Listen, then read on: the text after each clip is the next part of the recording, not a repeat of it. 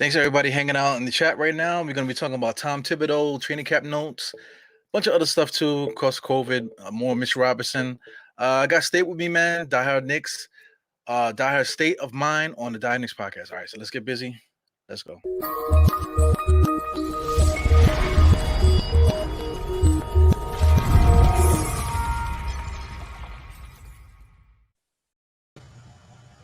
Yo, Mr. State. What's going on, State? What's up, brother? How you doing, man? Yeah, chilling. You know how it is. Yeah, man. Good to see you. I didn't say that when we was behind the scene. Good to see you, man. It's been like a week, right? Me and you both had a week to forget, I guess, right? Yeah, man. Week off. Then here we go with Tom Thibodeau talking about that.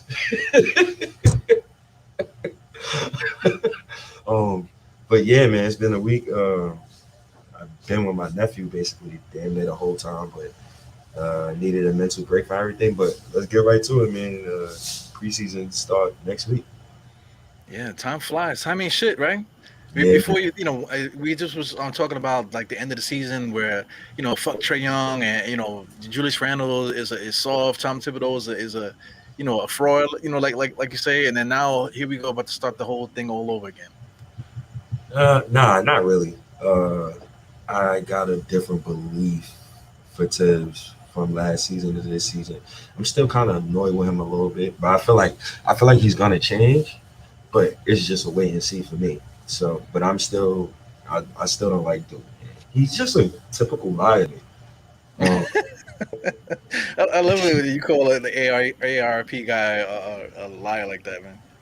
But he's a good dude. He will never talk bad about any of his players. That's one guy. That's one thing I give to him.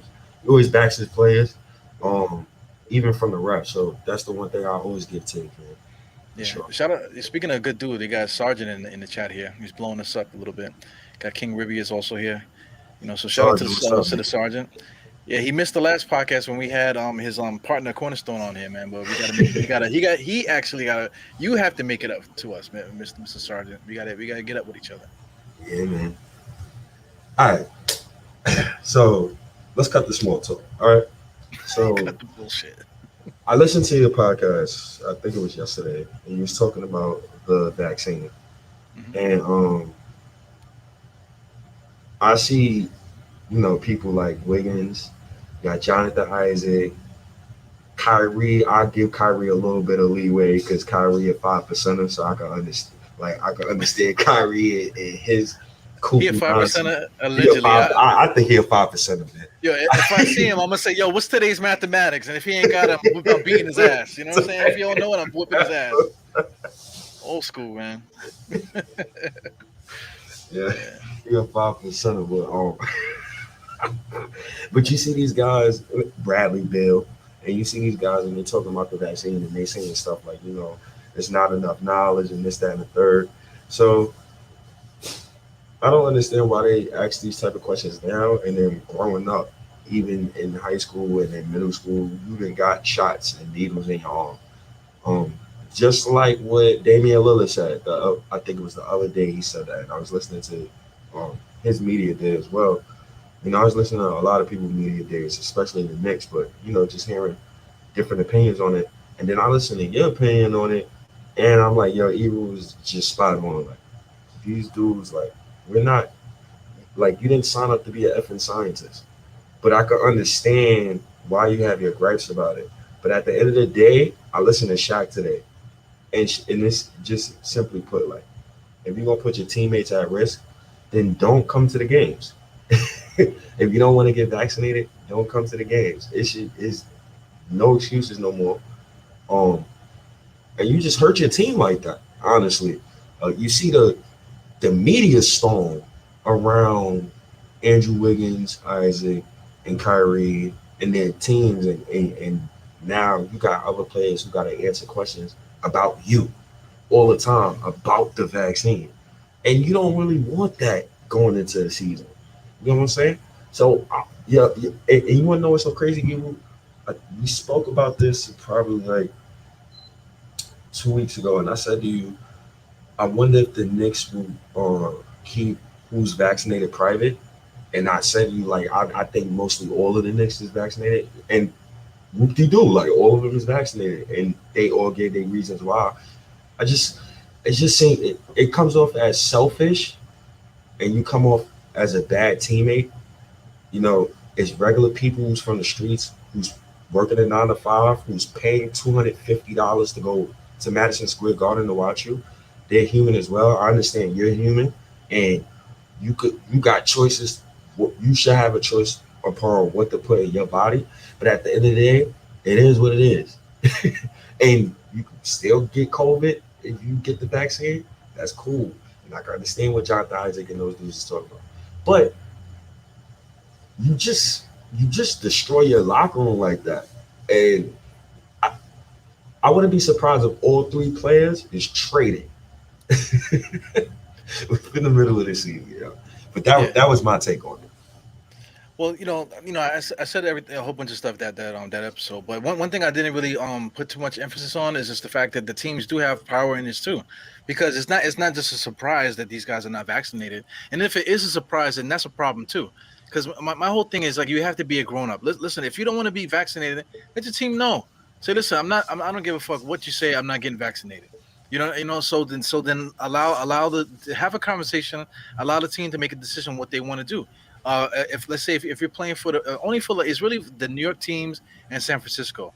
So like if you really feel strongly about that, then give the team further notice, discuss it with your agent, and get a trade going to get you to a team that don't have those mandates. You get Yeah, what I'm saying? Don't stay in New York or don't stay in San Francisco and cause bullshit issues here at the last minute. This is the final hour. The season's about to start. Now you're inconveniencing everybody with your thought process and stuff. But you should have said something like a grown up. You should have said something ahead of time. You know, yeah, like man. just one more thing to add too. Like me and you You both got go. regular jobs. So like let's say if something's going on with your life, you can't just not come to work. You know what I'm saying? You gotta let somebody know something, or else you're gonna be fired, or you're not gonna get paid, or whatever the hell's gonna happen.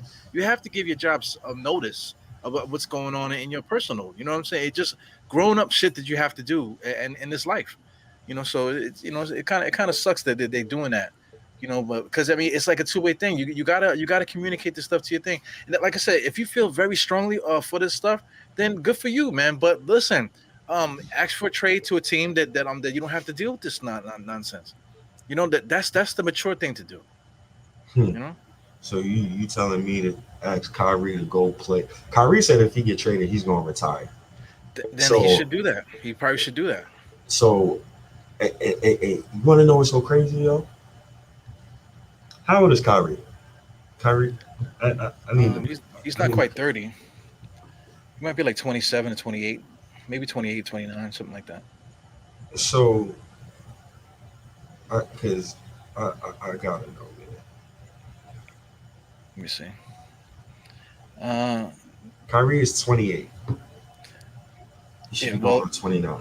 yeah, 29. He turned 29 in March. I wouldn't be surprised if he retired before 31. Hey, I, listen, man. I wouldn't be surprised, yo. I honestly, I wouldn't be surprised. Nobody's trading for him. Nobody's trading for his contract. He's threatening to retire, and I believe him. I believe him. Yeah, I say call his bluff. If you're gonna do it, then retire then. Because I mean, listen, you're strangleholding your franchise and the fan base, everything. You're doing that based off your belief. You're entitled to have your own beliefs and stuff like that. But like I said, you have to be mature and at least let them know whatever, and then make a decision. Go to another team. Ask for a trade to another team. Maybe Kyrie for Ben Simmons. That could work. You know what I'm saying? That could work. That would help out Embiid with the way he plays, and Ben Simmons can come in here and play off of Durant and Harden. That works. And you do that ahead of time. That way they would have done made the trade already. And then you don't have to talk about it. Um, I, yo, that Ben Simmons thing is a whole other situation.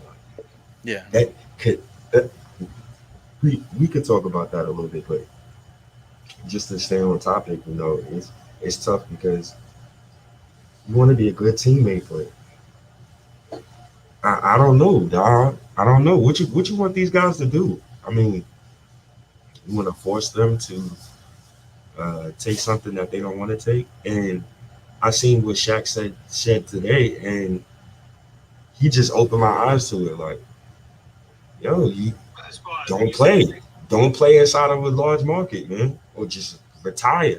That's my only. That's the only options I think he has right now, because it's not even up to the teams. It's like the state mandating it. Right. If it was up to the NBA would just continue to do what they've been doing, do the testing, COVID protocols. That's what they would do, But this is in these two cities. This is just state mandated, so there's nothing they can really do, you know. But Yeah, like I said, it's not a surprise. Like if I get in trouble at my job, that's what they're gonna say. It's not a surprise. What the hell did you think was gonna happen? XYZ, you didn't do that, so now you have to suffer the consequences. And it's not a surprise. You know, yeah, yeah, that's tough. It's yeah. tough. I don't know how this is going to be resolved, but my best guess is all the players that are unvaccinated, if they're in a large market, I believe all of them will be moved by the trade deadline. And I don't think I don't think even the players union can save those said players, because that mandate was mandated by the president, the higher ups, the people on top. Yeah, And the governors of each state. yeah, you see, but the only cities I probably wouldn't be surprised that's not happening in is Texas and Florida. Yeah, Texas and Florida don't give a damn about nobody, man. It's Nah, like, man, they don't. yeah. No, but oh, But the thing about it, I think state might have did something there. But the thing about this whole Texas and Florida stuff, I've been to Florida, there's still good people out there, so people still were distancing themselves, so you could tell some people don't care, but so a lot of people, they would distance themselves, they would have the mask on all the time, so people still have common sense and still go about life like grown-ups. But there's still other people out there that just want to instill their will on people and just make a big deal out of everything. It doesn't have to be that way. yeah, Shout out to Sergeant. He said he lives in Florida. Yeah, your oh Sergeant man, actually said he wants to get on here if you could send him the link. tell me, uh, I sent it like that. Okay. But yeah, that's like I'm listening to everybody's explanation upon why they don't want to take the vaccine, or why they want to be this and that. Man, it's tough, man. I don't want to judge nobody because they don't want to do something, or you know. But your basketball team is that's your family, man. You be with those guys damn near every day. It's kind of like, if you ever been on a basketball team, like it's the camaraderie. Like these guys have secrets together. Like like behind the scenes stuff we don't see every day. So imagine the talks. Like I'm pretty sure they talk about that a lot. Yeah. But you go through that as an adult too. I'm quite sure you got your team that you work with. You see these guys all the time, and you know stuff that you don't want to know about their family life because people just talk. Like with my job, I'm always talking about that. I'm always with these guys from 10 to 16 hours every damn day, man. So I know more about their life than their own wife does. It's funny that one of the guys, he trusts me to make decorations in his house. He won't tell his wife, but he'll ask me what my opinion is. So it's funny, man. So I mean, every job is like that. Police department. It don't even have to be that serious. It could be something like smaller than that. You're just gonna have that connection with people. But at the same time, you're working, and if it's not working for you in a situation, then you leave. Just be out, and then you leave whatever behind you and start something new. There's nothing wrong with that. But what you gonna do? I mean, it's everywhere. You- Dog, I kid you not. I didn't. I know a lot of females right now around my generation, around my age. A lot of them ain't vaccinated. So if I say to them, "Hey, yo, let's go out, let's get a drink or something," you can't really go nowhere because Yeah, they're I not. hear people complaining about that. It's really crazy how they really like. like you really are forced. I had somebody tell me, "Look, man, I'm taking the vaccine." I'm like, "Wow." He like, "Man, I can't do nothing." It's the truth. That's not a good reason, but all right, to each his own, man. A lot of people is cheating too. They out there using other people's vaccine cards, showing it on their phone and all that stuff. But a lot of places now they actually checking names and trying to match names with your ID. So if a business does that, now you're embarrassed. Because now you ruined the night for everybody. You can't come in, but everybody else could come in. You know what I'm saying? Yeah, man, that's tough. That's tough. I don't know, man. This is why New York. I'm glad I'm so glad we got the best that we got, even though I dislike the best that we had in the past. All of them vaccinated. A lot of them got wives. Everybody side female is on hush. Um, Everybody's locked in. I'm loving what I'm seeing, and we don't have these issues. It's kind of sad that the Knicks are dead boring, and we're fine with that. Yeah. Tell Sergeant I put up the link too. Okay. Yeah, you can hear it. Well, check out what you sent it to Twitter. I think I put it in the chat by accident, but my bad. It don't matter. Yeah, but what I was gonna say, you seen Durant how he looks in the interviews, whatever. He's just sitting back in the chair like, He because does this is not not what he asked for. listen. If he was in New York, if Kyrie was in New York, I swear to God, James Dolan would have traded him already. That's all. I swear to God. I It would swear have to been a God, James. firestorm, man. Right? Nice. Yeah, it would. I can only imagine Marper. Oh my God. All those guys, they would have came out the woodwork. I'm quite sure they already had printed articles and stuff ready for that. But nobody cares about the Nets. Hold So on, two that's why seconds. it's Let not. me check over my coworker. I think he fell. Oh my god. That's serious. Wait, hold on. Yeah, I hope he didn't fall, man. Oh my god. But yo, what I was saying about Durant, man. Durant, when he came to New York, he wanted to. He said that he just wants to hoop. He don't care about the nonsense. That's why he chose. One of the reasons why he chose to come to New York with Kyrie and play with the Nets, because he just wants to hoop without the bullshit, right? So now the Knicks ain't got nothing going on. I said the worst thing that's happening right now is Mitchell Robinson and his injury. That's the only thing that's the bad happening with the Knicks right now. The other thing that's happening, in New York is all on the other side of the river, and it's all circulating around Kyrie Irving.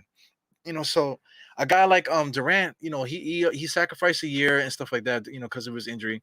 But he came back and put the team on his back. James Harden is there now, so it's a big whoop to do in Brooklyn. But this is not the way that he wanted things to go. So I don't really feel for him, because he's one of those guys that he's an internet troll himself. So I don't really care about Durant's what's going on with him when it comes to basketball and that type of thing. But it does suck, man. It's a distraction. You just want to play basketball. You're basically one of the championship contenders. So I mean, like, I did mention Ben Simmons and Kyrie Irving. That would be a great trade, man, because I don't think the Nets really have like a power forward kind of thing. So you could stick this guy, Ben Simmons at power forward and have Durant at the three, and then whoever else they got at center, the young guys they got at center. You don't have Kyrie no more, but you got Harden, and now you got those other young guys that they drafted. You got a nice little mix there. So that would have been dope to have here. So I'm gonna pop State off real quick while he. Oh, they got a lawsuit happening right on the screen. Lord have mercy. But we're gonna bring Sergeant in here, man. What's going on, Sergeant? What's good, my brother? How you doing? Chilling, man.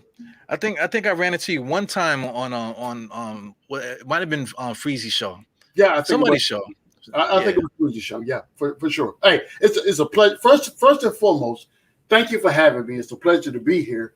First and foremost, and I appreciate everything you do for the Knicks community for sure. You know what I'm saying? I appreciate you too, man. But since you're here, shout out what you're doing on Freezy's on network that you got going on. So, we just finished episode of the Pod Couple. We do that every Thursday at 6:30. You know what I'm saying? So if you ain't got nothing better to do, tune in 6:30 every Thursday. If you got something better to do, change your plans and tune in anyway. You know what I'm saying? That's how we roll.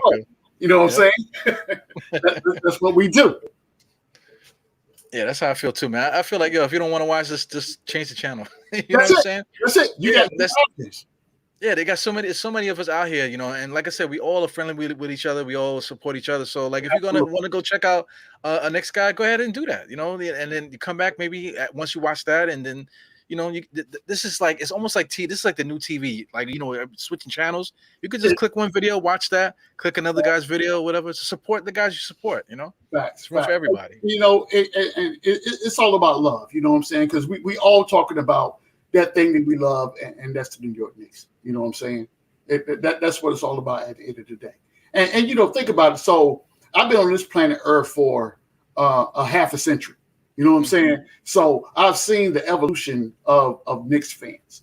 And for me, myself personally, I have lived those things that cause Knicks fans to be what people will talk about and say, well, you're unrealistic. Well, you have not lived my pain. So once you walked in my shoes, you will understand why I have the take that I have, at the end of the day. So that's what it's all about. And I'm trying to be better. You know what I'm saying? When you go to counseling, you know what I'm saying? When you got to lay on the sofa and have someone tell you what's wrong with you. Imagine this for a second, right? You are really paying somebody to tell you how fucked up you are. Right. You know what I'm saying? You are literally paying somebody to tell you that. But, at the end of the day, we learn from life experiences, and what it's all about is we want our New York Knicks to be to take that next step in evolution and be, in that conversation every day. At the end of the day, that's what we're about. Yeah, man. It's a different perspective. Like we were talking about, just the fact that you've been here for half a century. I'm almost there. I got maybe a couple more years before I get to that level. I ain't rushing it. My hairline is going back though, so my hairline seems to be in a rush. But this is a thing, like people have like strong opinions, or whatever. But if you're not 30 yet, whatever, you haven't lived the on this earth long enough to even have an opinion. Such strong opinion. True. You haven't even seen anything in your life to have that type of opinion. That's why a lot of times I get annoyed, and a lot of times I don't even react because I've seen it before. That's the beauty with experience. They say like knowledge is wasted on the old, or whatever they say. Like youth is wasted on the young. That type, all those cliches and stuff like that. That's a real thing, man. It is, and this is what I want. I don't want people to get confused about what we're talking about right now, right? Because at the end of the day, it's all about, we want to see our team progress and get better. And I think we're on a trajectory to be able to get that done. You know what I'm saying? I tell people all the time. I know you guys were talking about Tibbs a little bit ago when I tuned in. I think Tibbs is he's that guy. So I use this analogy on our show earlier today, right? So if you're building a house, the person that you contract to build your foundation is not the person that you contract to put a roof on your house.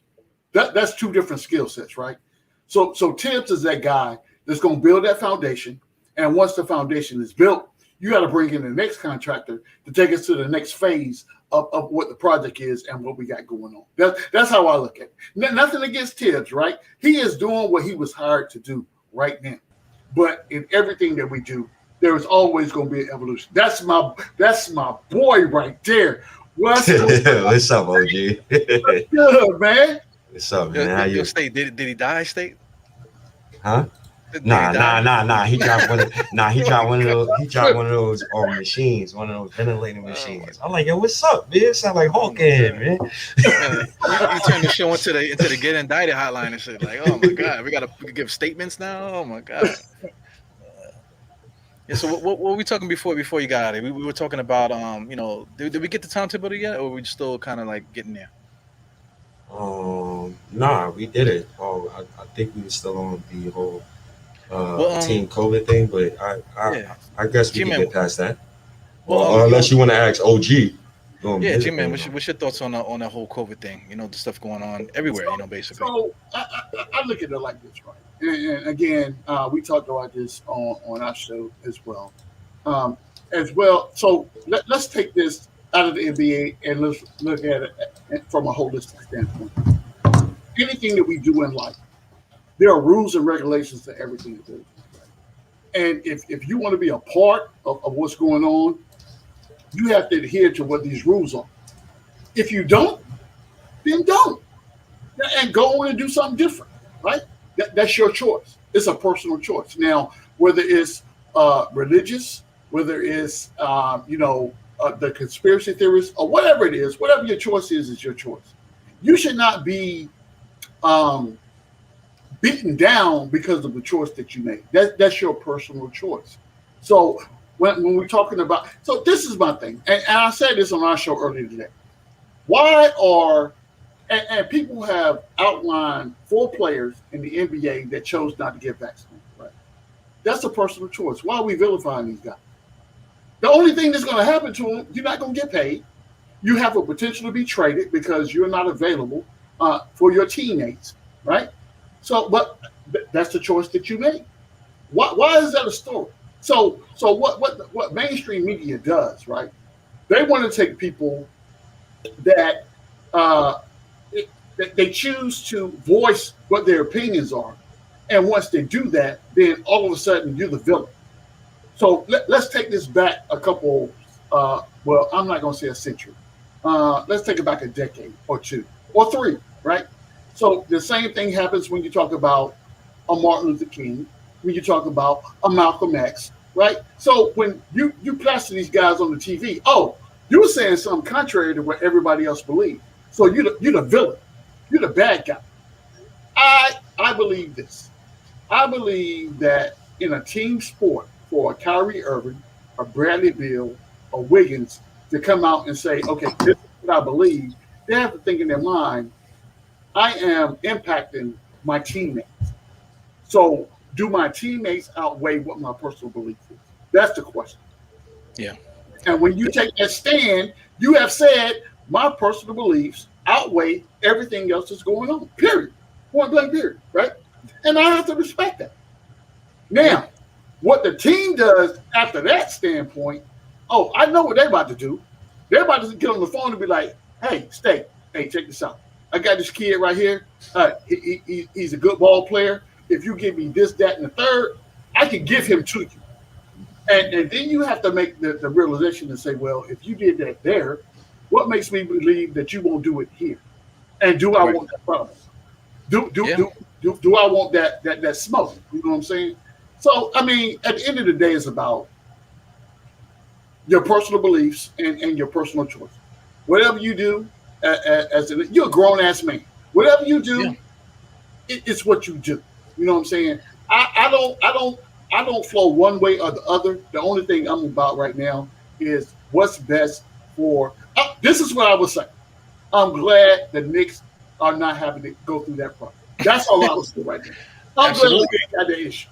Yeah, State was saying the same thing. The guys, they take care of their whatever business they got, whether they're married or in the streets, whatever. They take care of all their business. We don't hear about it. All we hear about is basketball. So that's just being a grown man. The thing with Kyrie, what he said, he made his little comment. Then he said, "Respect my privacy." That's bullshit. You know what I'm saying? Because you know what the stakes are. You know what the stakes are. You know the season was happening. You know you weren't going to get vaccinated. You should have notified somebody, and this should have been rectified earlier on. Maybe, like I said, maybe he could have got traded for John Wall or something like that. Maybe he could have got traded for Ben Simmons. Things like that could have happened, but this could have been done and taken care of a long time ago. Not today. Hero, I would say this, right? I would say that Kyrie's rep right now is kind of like this, right? So there are a couple of things that he's done prior to this that gives credence to the condemnation that people have for Kyrie right now, right? So when you come out, you're a grown ass man, right? And you come out and say the earth is flat. Man, stop playing with me right now. For real? You come on. There's going to be some credibility issues in anything you say after that. You got to think, realistically about what it is that you say and how impactful you want to be with the statements that you make. If you want your statements to have credibility, you have to be credible. You can't come out and give me some old okie doke just because, you had one or two Patrons too many to the head, and now you want to get on live, or you want to do a live stream or a message and say, well, hey, I believe, ladies and gentlemen, I don't care what you say, the earth is flat. And people are going to be looking at you like, what in the world is Kyrie Irving talking about? And then after that, you're going to say, okay, well, I'm not going to show up for work. Stay. If you took just You didn't call nobody. You didn't text nobody. You didn't put in no vacation time, and you just said, "I'm not coming to work for 5 days." What would happen to you? I wouldn't be working. Exactly. So all this crap with Kyrie, man, it is what it is. I hope and pray that whether it's religious or he just needs to sit down again on somebody's couch and have a deep personal conversation, truthful. I wish the best for the brother, you know what I'm saying? But he is not good for the Brooklyn Nets right now. And in saying that, I am so happy, so happy that he did not end up on the Knicks squad. I am, because we ain't got time for that right now. For what we're trying to do. Yeah, we dodged the bullet. State. I made the joke already, but State was like that. He might be a 5%er, but 5%ers. If you don't know today's mathematics, you get your ass beat. You know what I'm saying? For sure. So like you saying the Earth is flat, man. Like, man, get out of here. I should beat your ass for that shit. That's what 5%ers would do. They will beat your ass and say the world is flat. Blah blah blah blah blah. What's the mathematics on that? You know what I'm saying? Yo, just think about it like this, right? Kyrie was the one who dragged Kevin Durant to Brooklyn. Yep.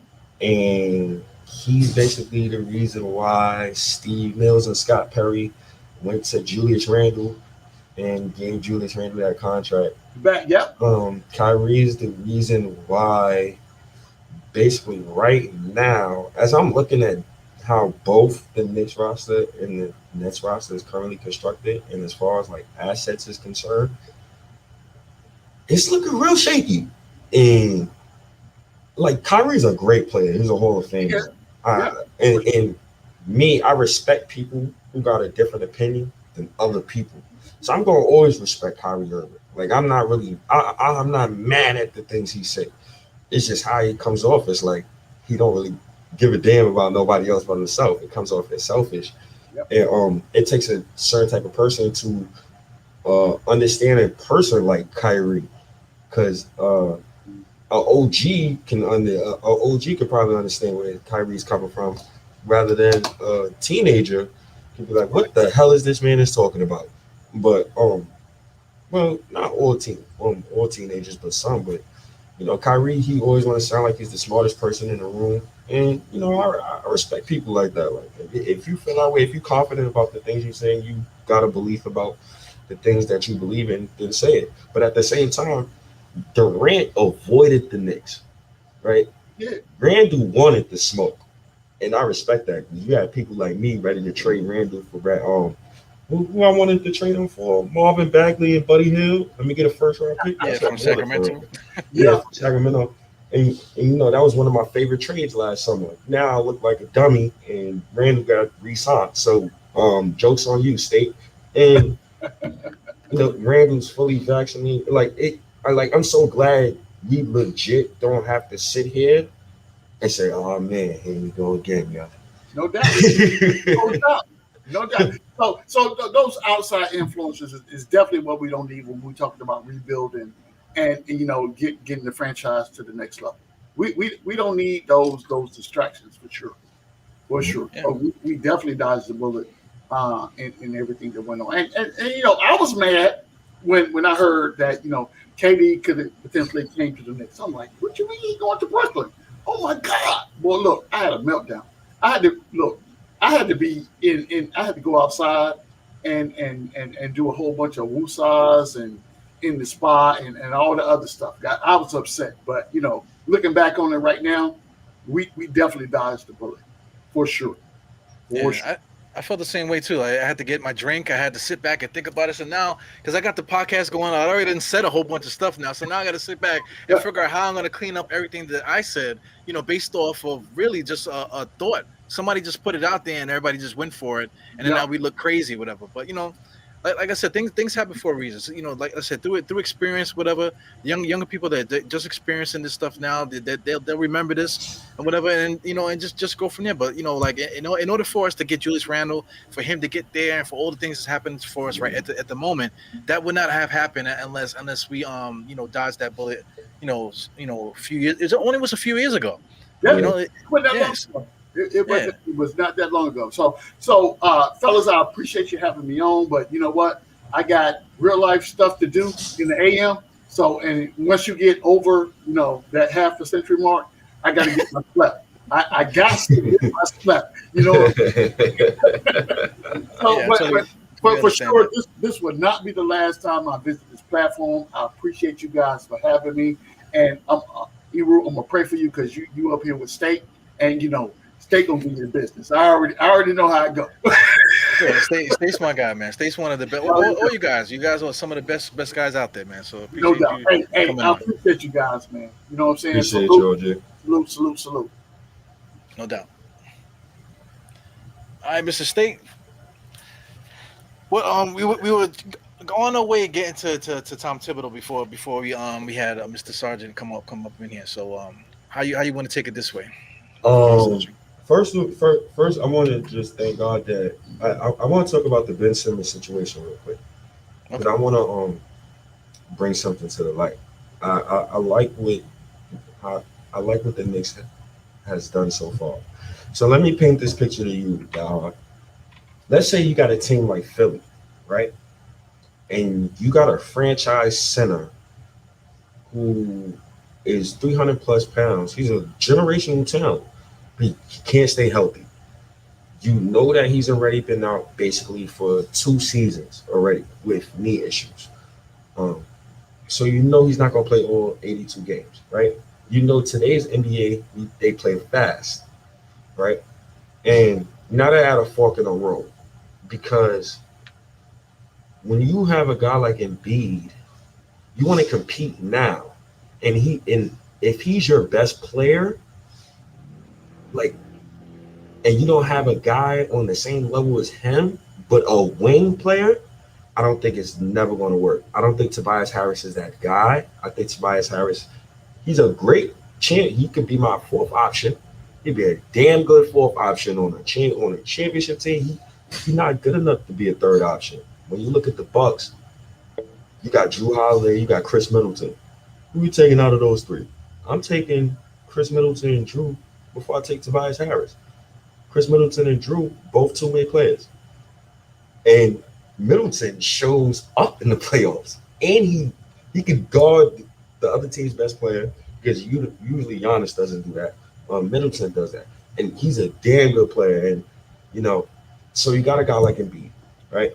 You got Tobias Harris. That's your other max contract, right? So your other all-star player wants out. Today comes out that Embiid said, "Oh, I thought we should have kept Jimmy Butler, but then we went and got Al Horford because Ben Simmons needed the ball in his hands." I'm like, So you blame him after the Game 7 loss. Like, you clearly blamed him. We all know this. We don't even got to play the audio, right?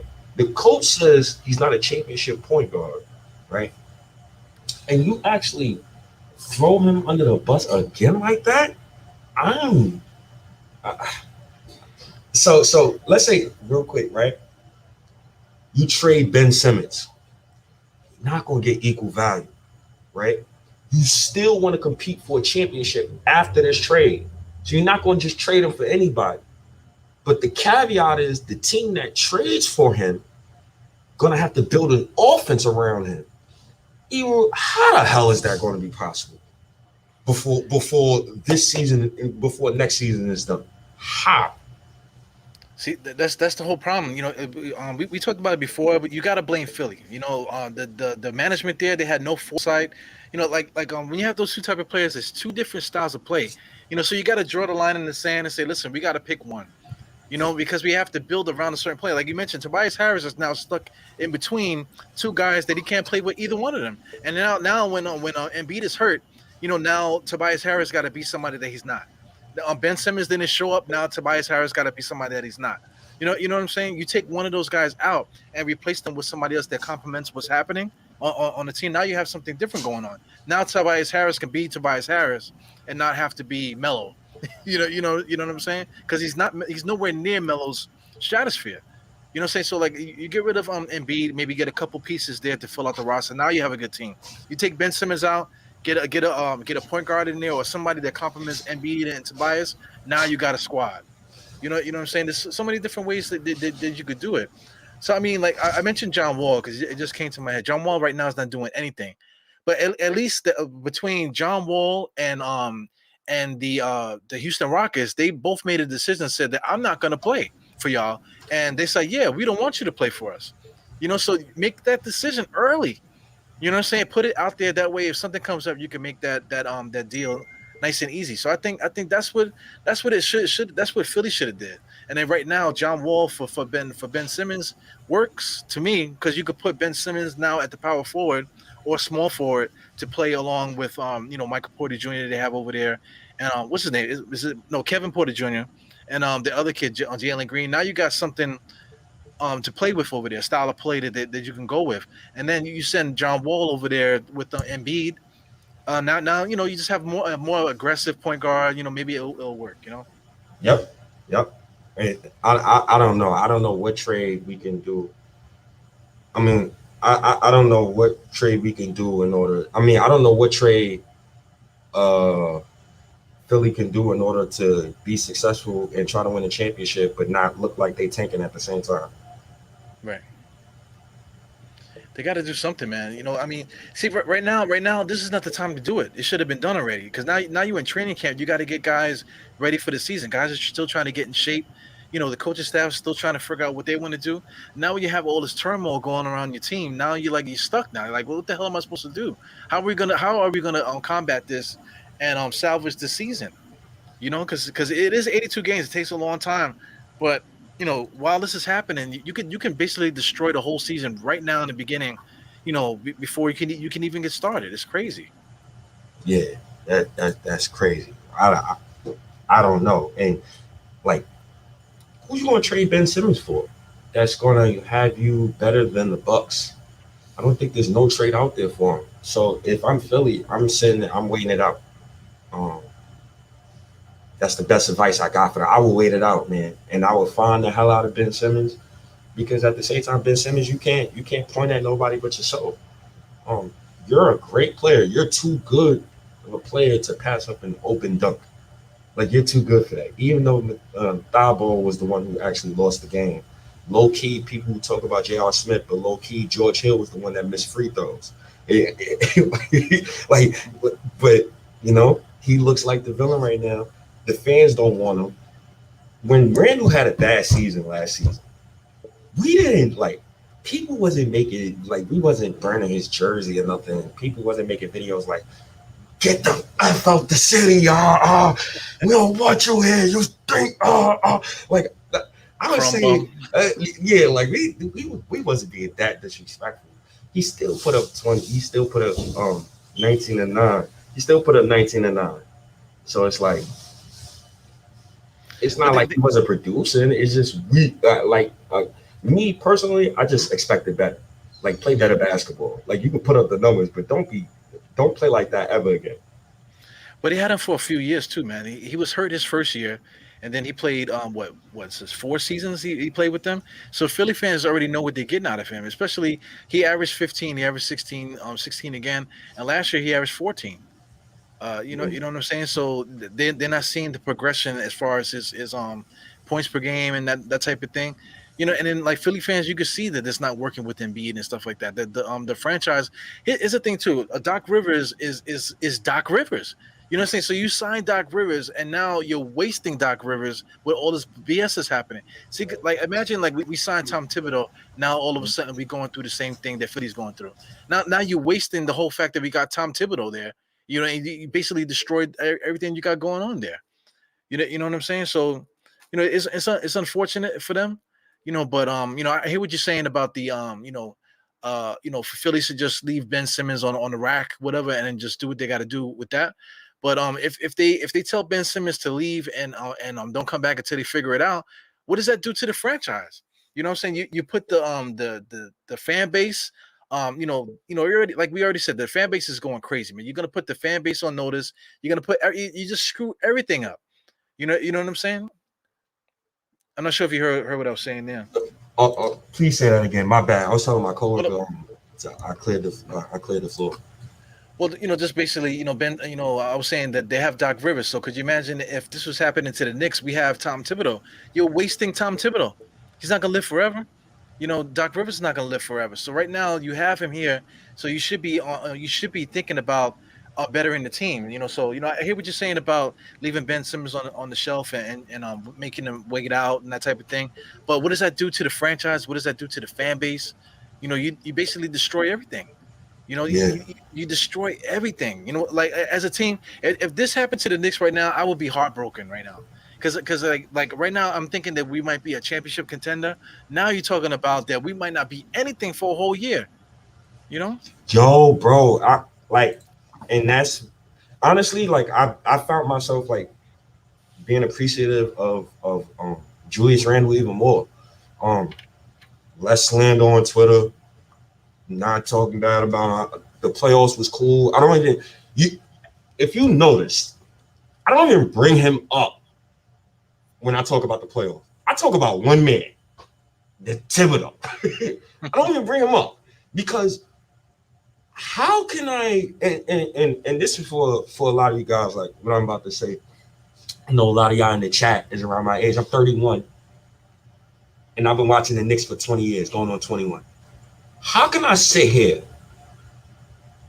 and I watch Julius Randle, who's become arguably, no, he is the best free agent that walked through the Knicks. No, we traded for Carmelo, so that don't count. But he's the best free agent that walked through the Knicks door since I've been 10 years old.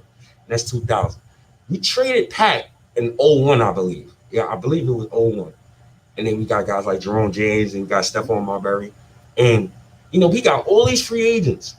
And they come here, they get fat. Or you got guys like, I know you watched the Knuckleheads podcast. He said, yo, dudes are scared to come outside in New York. Like, these is Knicks players. These is millionaires. They scared to come outside. You go to the store, Aki, hey, BB, come here. You play bad. What's up? Hey, the ox is talking about you. And it's crazy how, like, even with a guy like Jerome James, please give the story about Jerome James, dog. I'm interested in hearing about the real story about Jerome James. I know you know something because Julius Randle, like I said, family man, vaccinated, and I told you Julius Randle he's probably one of the first people to get vaccinated.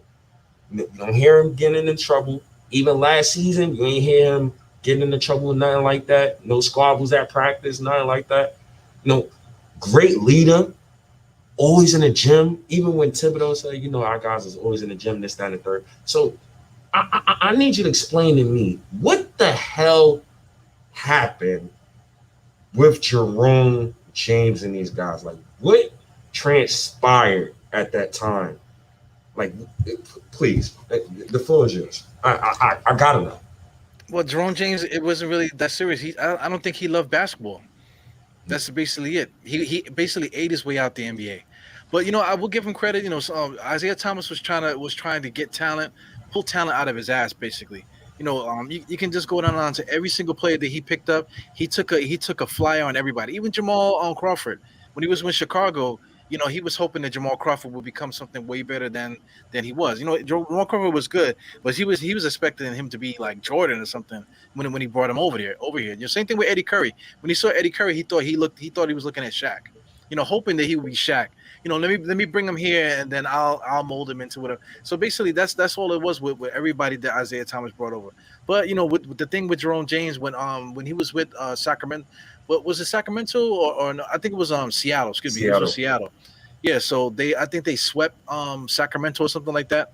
Whatever team that Jerome James was on before, he swept them or whatever. So he at the post game interview, he had a plastic bag over his shoulder, and the reason why he did that is because when they got rid of him from this prior team, they gave him a garbage bag to empty out his locker.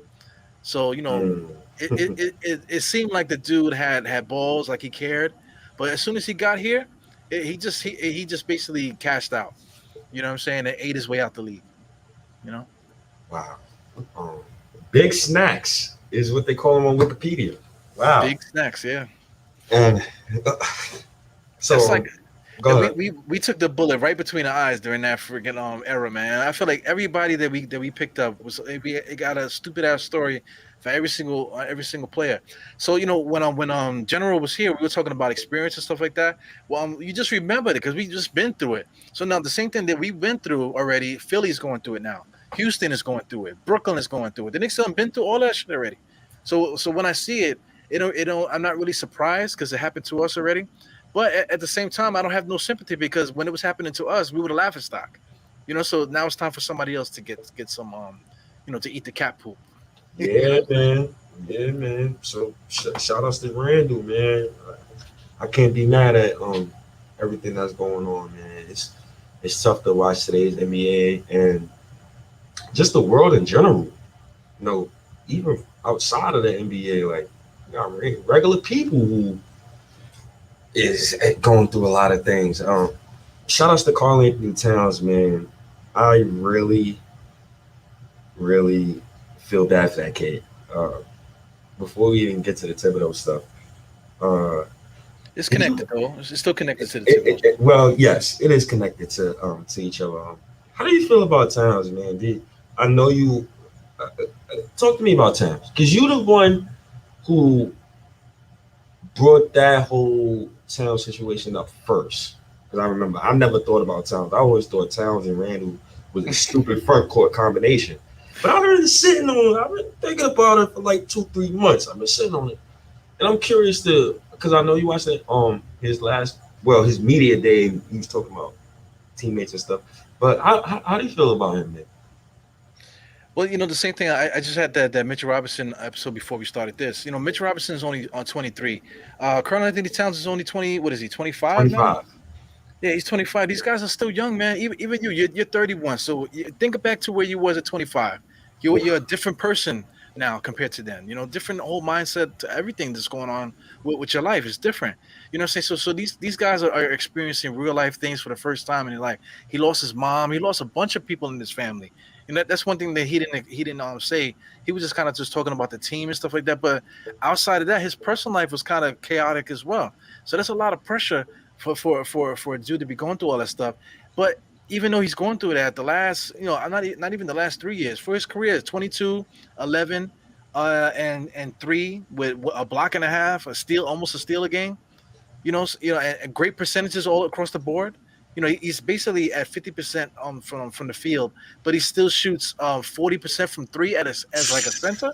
I mean, so going through the stuff that he's going through with the front office and going through everything that he takes with him at home, I think you got to give some respect to the kid. I don't know if the people want to call him soft. I don't know if you want to call him soft. I don't know, personality outside of that. Maybe he might be a little flaky or a little bit immature in that way, or whatever you want to say. But you can't say that this kid is not afraid of hard work or not afraid to or just not, like, he knows how to compartmentalize things and still succeed in what he's trying to do. Yeah, I think the one thing I hate about the misconception about Cat is when people call him soft. Yeah, that's ridiculous. He averages 27 and 11 with 4 assists. That's soft? Okay. I've never seen a Knicks center in my life average that. Those prime Ewing numbers. And I got killed on Twitter when I said that. But you guys, look at those numbers. It's crazy. And he's doing all of this. Granted, you're the best player on the team. You're supposed to be winning. Zach LaVine ain't been winning shit for how long? You get what I'm saying? He's averaging damn near 26 a game, 27 a game. So, I think definitely get a kid a break. And I can't call him soft, man. That whole spat with Jimmy Butler, man. Certain teammates, certain personalities just don't mix with certain personalities. Jimmy Butler is a dominant personality. Karl Anthony Towns is not a dominant personality. Matter of fact, you get a glimpse of it. The interview with Kat and Ant-Man, and remember, Karl Anthony Towns was like, "Yo, call Rachel," and then the interview, during the media session, the guy asked Karl Anthony Towns, what was good with your spat with Jimmy Butler, and Anthony Edwards said, "Nah, yo, I got this. Yo, that's just a basketball thing, man. They just talking shit, man. That's just basketball, man. That's for the love of the game, and that's cool. Okay, you good? The 19-year-old, 20-year-old is the big dog, and he because that means that you got some type of you definitely have some type of, what's the word I'm looking for? You say so in the locker room, right? Yeah, respect. He got a little bit Yeah, of yeah, you respect on him. got some respect. So I like that, man. I like to see stuff like that, man. It's good to watch, man. It's good to see, man. That's one thing too. I guess Anthony Edwards, just him being a rookie, he see that Carl Anthony is a good dude. He's a strong dude, but so he said, "Listen, I'll take that question, leave him alone." What I'm saying. He don't got to take all of this. I'm here now to ask me a question. You know what I'm saying. So Mhm. that's all about growth too, as a professional. You know what I'm saying? Just growth. What, Well, what do you what do you man, think about Carl Anthony Towns? Do you think he's worth a trade? Because I know I've talked about it. We've talked about it before. But right at this present time, what do you think about that? I don't know. I'm conflicted on. I'm conflicted. I just don't see how. Why would I pit Cat with Randall? I gotta have I gotta have a small forward and a shooting guard, and both of those two guys gotta be elite defensively. Randall, don't get me wrong. Like Randall plays well on defense. He gives a shit about defense. Even no, Randall is he's a mixed bag. Randall will have a bad night on defense. The next night he'll have a okay night. Then the next night he'll be extremely solid. Then he'll go to bad. Randall's up and down on his defense. Cat, his defense is terrible. But the kid still gets a block plus per game. Um, I think it's just a want-to, and I think it's just, I just don't. I never seen the Timberwolves build around him correctly until now, and it's just like what he said. It's no continuity in the roster. Different regimes, Frank Milliken, and different regimes, different management teams, um, different teammates. So that's tough, man. That's tough when you're a leader of a basketball team. You have constant turnover all the time. That's very tough.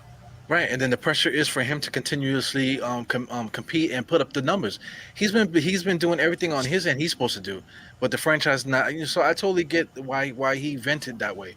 Because it was basically like nobody's listening. I know my agent said don't say nothing, but listen, I got to say something, man. Somebody got to do something about this. So maybe he might be the guy to leave. Maybe I don't know. There's so many different variables in the NBA right now. Like I said, we already mentioned Houston, Brooklyn, Philly. There's a couple other teams too that could use a nice refresh, whatever. And there's plenty of players dangling. And then the Knicks have assets as well, so the Knicks could grab somebody.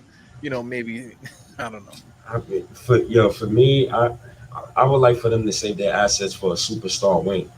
Um, Somebody at the small forward spot or the shooting guard spot who can play alongside RJ Barrett. That's number one on my wish list. Center is way down on my wish list because I feel like center is it's like today's halfback in the NFL. Um, So, so what kind of wing do you think will fit well with RJ and Julius? to be honest, man, Donovan Mitchell will be so cold next to those two. Because you need it. That's all you need a guy like that next to those two players. Yeah, but Donovan Mitchell is like probably like he's like you half joking when you talking about RJ being a Hall of Famer, but Donovan Mitchell is literally a Hall of Famer at the moment right now. If he retired today, he's going to the Hall of Fame, man. So like you're talking about basically a Hall of Fame player to come here to be that guy. Yeah, Donovan Wicks. I just like the combination of those three. Or you need a big wing. I don't know. Maybe Brandon Ingram. Um, it's tough. Those two come to mind first, though. That's Yeah. the type of player that I would want next to Julius Randle and RJ. Just a great wing, man. A great wing. I don't think RJ. I don't think RJ is that. I don't think he's ready to take the last shot yet. Julius Randle damn sure ain't ready taking no last shot for my team like ever. Um, so a closer would be nice, a real closer. Maybe RJ could grow into that year three. We never know, but it's tough. Well, somebody said it already. So, what do you think about Ben Simmons on the Knicks? Let me before I throw it to you. I just think from the salary standpoint and stuff like that, and just what he does. I don't think that he's going to do anything for us. With the way that we're currently situated. Ben Simmons could probably play small forward. I don't know if you still want to have him at point guard. Because we already have Rose and Kemba. So how would he fit in? You think? I don't know. I don't know what that trade would look like. Yeah, because you have to give up players in order to get. So what would Yeah. that package look like? And I don't know. I don't want Drummond. The only other player I would want on that roster is Tyrese Maxey. I know they're not giving up Ben Simmons and Tyrese Maxey, and it's tough because I'm not. You could take Obi, Evan Fournier. I can't even give you a realistic trade, yo. Because but Sherman ain't like every team needs a guy like Ben Simmons. I just don't see how the hell you can make a team. I don't know. I don't see a trade happening. Not with the Knicks. After December 15th, when you could trade guys that you signed over the summer, then we'll see. We gotta have a good conversation, but I just don't see it. I don't see it. Yeah, but Ben Simmons makes $30-something million a year, though. Oh, so you got to come up with $30-something million to give away. So anyway, Sherman still want to play the game here. So he got Rose, Fournier, Obi, IQ, 3 first-round picks. Is that? Would you trade that for Ben Simmons? I'm not. What do we have left? I'm not doing that. I'm not. No, I'm not doing that. I'm giving you Obi, IQ, and 3 first-round picks. First of all, let me say this to Sherman. If I give up Obi, IQ, and 3 first-round picks, it better be Donovan Mitchell or Brandon Ingram or one of those guys coming back through that door. Like point blank period. Like I don't want no average. I don't want no third. I don't want no third option. I don't want a second option. I don't want an average player. If I'm giving up my young boys, I got to get a young superstar in return. But look at that. You're talking about Derrick Rose. Derrick Rose could probably come off the bench. IQ might actually start for them eventually. Obi Toppin could probably start for them. Fournier could start for them. And then you got 3 first-round picks too. So what are we doing now? Are we trying to rebuild Philadelphia? Or are we trying to make the Knicks better? Yeah, I know. Nah, I'm good on that.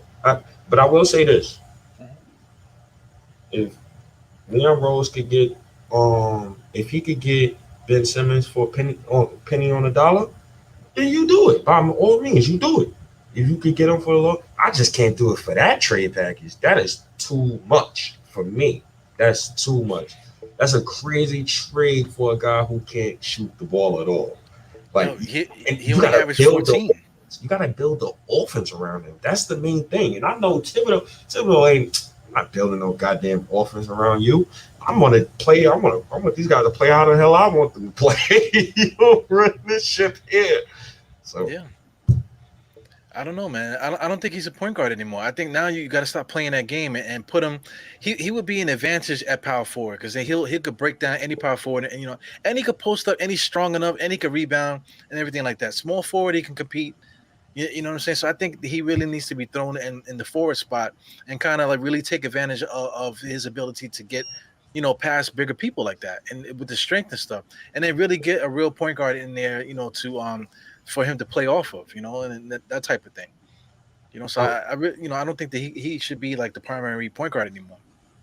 Yeah, I kind of disagree. I think Ben Simmons is a point guard. He's just one of those guys. Because he has great handle, right? He's extremely fast. He could guard 1 through 5. He's a great perimeter defender. He could kind of defend the rim.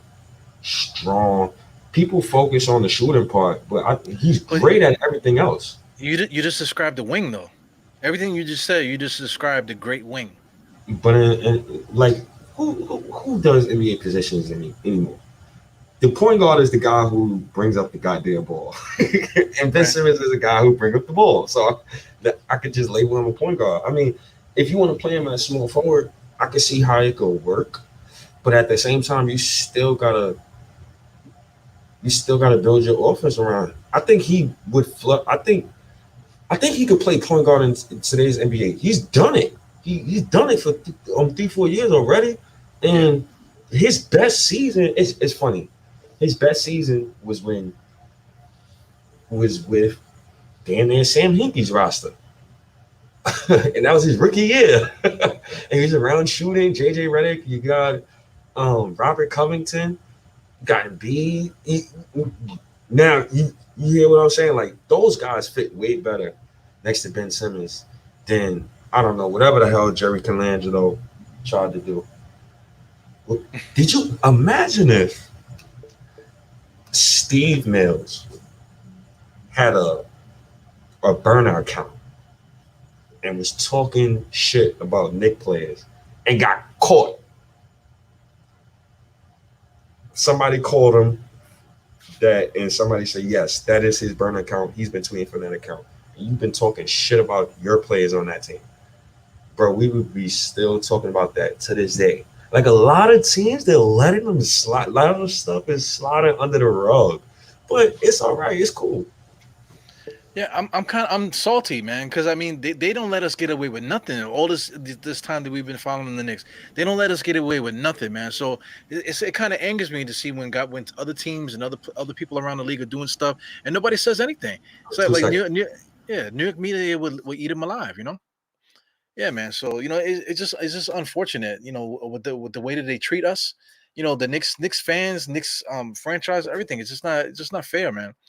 When I went to throw this out there, it's from Capadonna. Capadonna, and one of his songs, he went through to the fork of the road and then went straight. You know what I'm saying? I'm gonna repeat it for Steak. He just came back. So I just read this off. I went to the fork of the road and went straight.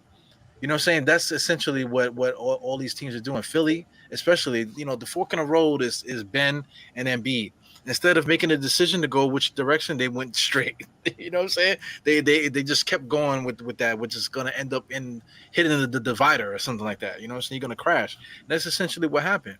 Everything else too, like the way that the Houston did their thing. All these teams that you could say, they all did something that drove them into oblivion. And like I said, nobody really cares. But like if the Knicks do it, we're on 10 o'clock news, immediately. You know what I'm saying? And everybody's there taking pictures and shit. It's I don't crazy. remember no New York news station dissing Julius Randle after his Tasmanian Devil spin move turnovers last season. I don't recall. Philly is dissing the Philly news, bro. Is dissing Ben Simmons. Yeah. No, but we gave it to Julius though. Julius had enough of heat on his neck from fans and stuff. Yeah. He was giving it to him. Opening night, we was booing him opening night. When we was there, we all sit in the seats and we was booing him from the suites up there. You know what I'm saying? So he had his fair share of the boo birds and stuff like that. Yep. So it's tough. It's tough because if I love this saying, never trade a year too late. Right? So Philly should have made this Ben Simmons trade last summer. With all they should have made this trade last summer. So if reports is true, they tried to trade him during the season, then he was been out of there. He was been gone. Him and Rich Paul probably got wind. He was been gone. So, now if you trade Ben Simmons, you're not going to get equal value back. That's for sure. You're not getting equal value back. So Sherman is like the co-host of the show right now. So he's saying something about a trade or whatever, and then he's like, people like you are the reason why the Knicks are never good. And nobody in this chat and nobody on the panel, between me and you, we have no power to say what happens with the Knicks. You know what I'm saying? Yep. Yeah. So like that's another thing too. You can't blame fans for the misfortunes of the team. Even though you can, we do have like the negative energy. It can make it worse. But if we don't hit on the decisions that we make, what can you do? Yo, that's tough, man. That's tough. I like I just said, man, they should have traded him last year. Now, if you trade Ben, you might as well tank. That's what I would do. Honestly, yo, I would trade because I would trade Embiid so fast. It wouldn't even. so bad, like lightning, because he's a 7-footer. He's never staying healthy. Like, you can't count on him to stay healthy. I would trade him for the best trade package I could get. I would trade Ben Simmons, and I would have done this summer. Honestly, if Ben Simmons would have asked out, I'd have traded both of them. I'd have traded, because I look at the roster. If Tobias Harris is your second best player on your current roster, you're not winning anything. Right. And it is what it is. His starting point guard, I looked at the depth chart. His starting point guard is Tyrese Maxey. They're in trouble, man. But I mean, you know, right at the end of the season, with the way that Ben Simmons played and the way that Doc Rivers answered those questions, that when did that happen? That happened in what, June or whenever that happened? It's September. You know what I'm saying? Yeah, like your brain trust. Everybody's that's in your front office should have made that decision a long time ago. You know, now today is not the day to make that decision. Yeah. You know, so that's tough, man. I don't know what they're gonna do. I don't know what they're gonna do. But I'm glad we're not in that situation. Well, you know, to bring it back to Tom Thibodeau and the Knicks and stuff like that, what do we do now? Because, you know, we don't have no drama, but the only, like, in the last pod that I did before we came on here, I was talking about Mitch. Mitch is the only drama that we have now, and the drama is just that he's coming off an injury. So, you know, if he's not ready to play and he's going to miss time in the beginning of the season, what does Tom Thibodeau do now? What does the franchise do now? Because, you know, we're expecting him to be that cog for us at center because we need him. You know, but if he's going to start the season, you know, on the injury reserve, what are we going to do as a franchise to compensate for that? I'm starting to become annoyed with Mitchell Robinson, man, when it comes to his injury, man. It's starting to get annoying. It's starting to get under my skin, actually. And listen, he leaves us at a disadvantage now. Now, if it's true, he comes back in December. This puts two people on Front Street. Nerlens, Tibbs. Nerlens gets to justify why he got that contract, right? But Tibbs, now, a couple of things. Tibbs, will you finally play a small ball unit, please? A lot of people like me would love to see that. I would love to see Randall and Obi Top in the front court together. Tibbs, I don't see the reason why Taj Gibson gets off the bench unless Noel and Mitch is hurt. You have so much talent and you can play small. You have no excuses. So I should see Obi Toppin and Randall on the court together early in the season. I'm looking to see if he's going to adapt. Now, I've seen the offensive keys, you know, shoot a lot of threes. But listen, you got to play faster. You got to not the Julius Randle-centric offense. You know, I think equal opportunity is the best way that this offense should go. Just like random team 2004 Pistons, equal opportunity offense. And I think we got a lot of firepower, but this puts Tibbs on Front Street because I'm gonna be looking at the lineups he put out there. He's gonna have to go small. You can't play Nerlens all those minutes. You can't play Nerlens all those minutes, man. So we gonna see. Well, you know, like, you know, I mentioned also in the last part, the dominoes are just going to fall because now you put guys in a position that maybe they're not ready for, or maybe you just weren't ready for yet. You know what I'm saying? So it causes a bunch of stuff because I mean you could play the small ball lineup, but you know, does Julius Randle want to play the small ball lineup? You know what I'm saying? Is that going to work for his game? You know, now with the small ball lineup, now you want to pick up the pace. Is that going to help Kemba's situation? Is that going to help Derrick Rose situation? You know, it's a bunch of different things, variables and stuff like that can happen. You know, defense. How does that affect defense? The way that you plan to strategize your defense going forward. You know what I'm saying? All these different things. All these things have to change now. And like I said, like with the other teams, all the drama that they're going through. You know, right now is not the time to do that. For the Knicks situation, is not as dire. You know, so I mean, you can get through training camp and figure this stuff out. You know, preseason and training camp and stuff like that. But it is something that's going to be very different. You know, it's going to be different for Tom, and it's going to be different for all the rest of the guys too. You know. Yeah, man. Damn, man. I feel like I haven't seen Mitch in like a year. It feels like Has a it been a while. year though? I don't even remember, bro. It's been so long since I seen a Mitchell Robinson alley-oop. Uh, he, I could have sworn he was healthy already. You, and here's the thing: what I'm scared about, right? He put on all this muscle. He's 280 now. I would like for him to change his game up a little bit to, not put so much pressure on his knees. He's already 7'1". You gained about, I think he was 220 when he came into the league, or 240, whatever the case may be. You gained 40, Yeah. 60 pounds, and now you're 280. So it is that. Listen, Mitch, man, we need you back, man. Because honestly, a part of me is saying sell high. And listen, I said that about Julius Randle last season. I ain't been saying it about him for a while. Yo, when I look at Mitchell Robinson, you know who I'm looking at Mitchell Robinson like? I'm looking at him like Saquon right now. Bunch of talent, great talent. Yeah. He's a hell of a talent. He's always hurt. So if it comes to a point where I gotta overpay those two set players, I'm selling high. That's just me. I don't want to be the bad guy here, but I don't see the reason why we should be paying Nerlens $10 million. We're paying Julius Randle 27 something million. You know what I'm saying? And you want to pay Mitchell Robinson probably like 15 million. I don't know. That's not logical to me. For me, just for me personally. Yeah. So I mean, like I said, say like Knicks 100 brought him up already. So Jericho Sims, you might force him into a situation where he's going to be playing minutes too. So let's say if things happen, all these things move, but guys are succeeding. Let's say if Mitchell Robinson don't play in the beginning of the year, but Obi comes in, small ball lineup works, and we're winning.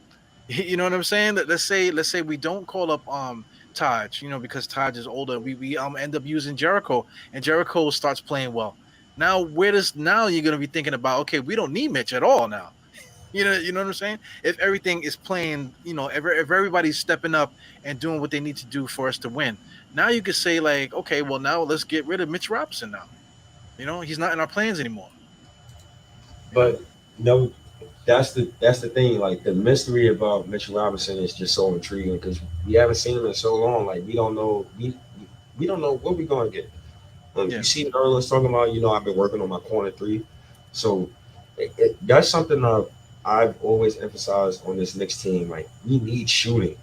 We need shooting bad. And we need shooting from specific positions on the court. And that's center and that's point guard.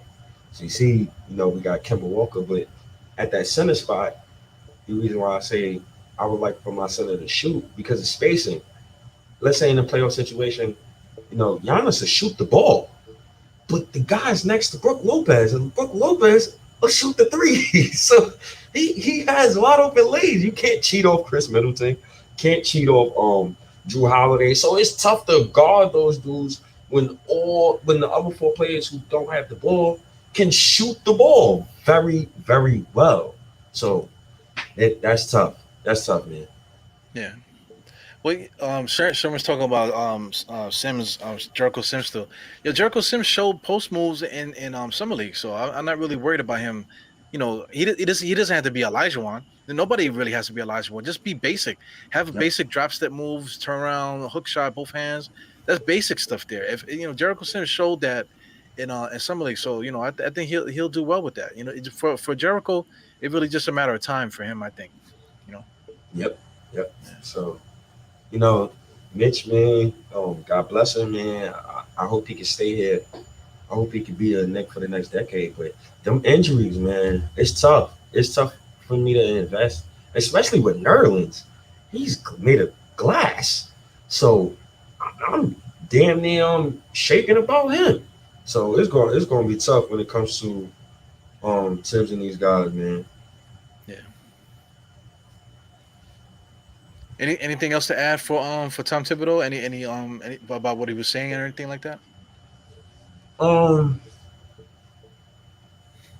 I really would like more to come out of training camp because we didn't get nothing that I really wanted to hear.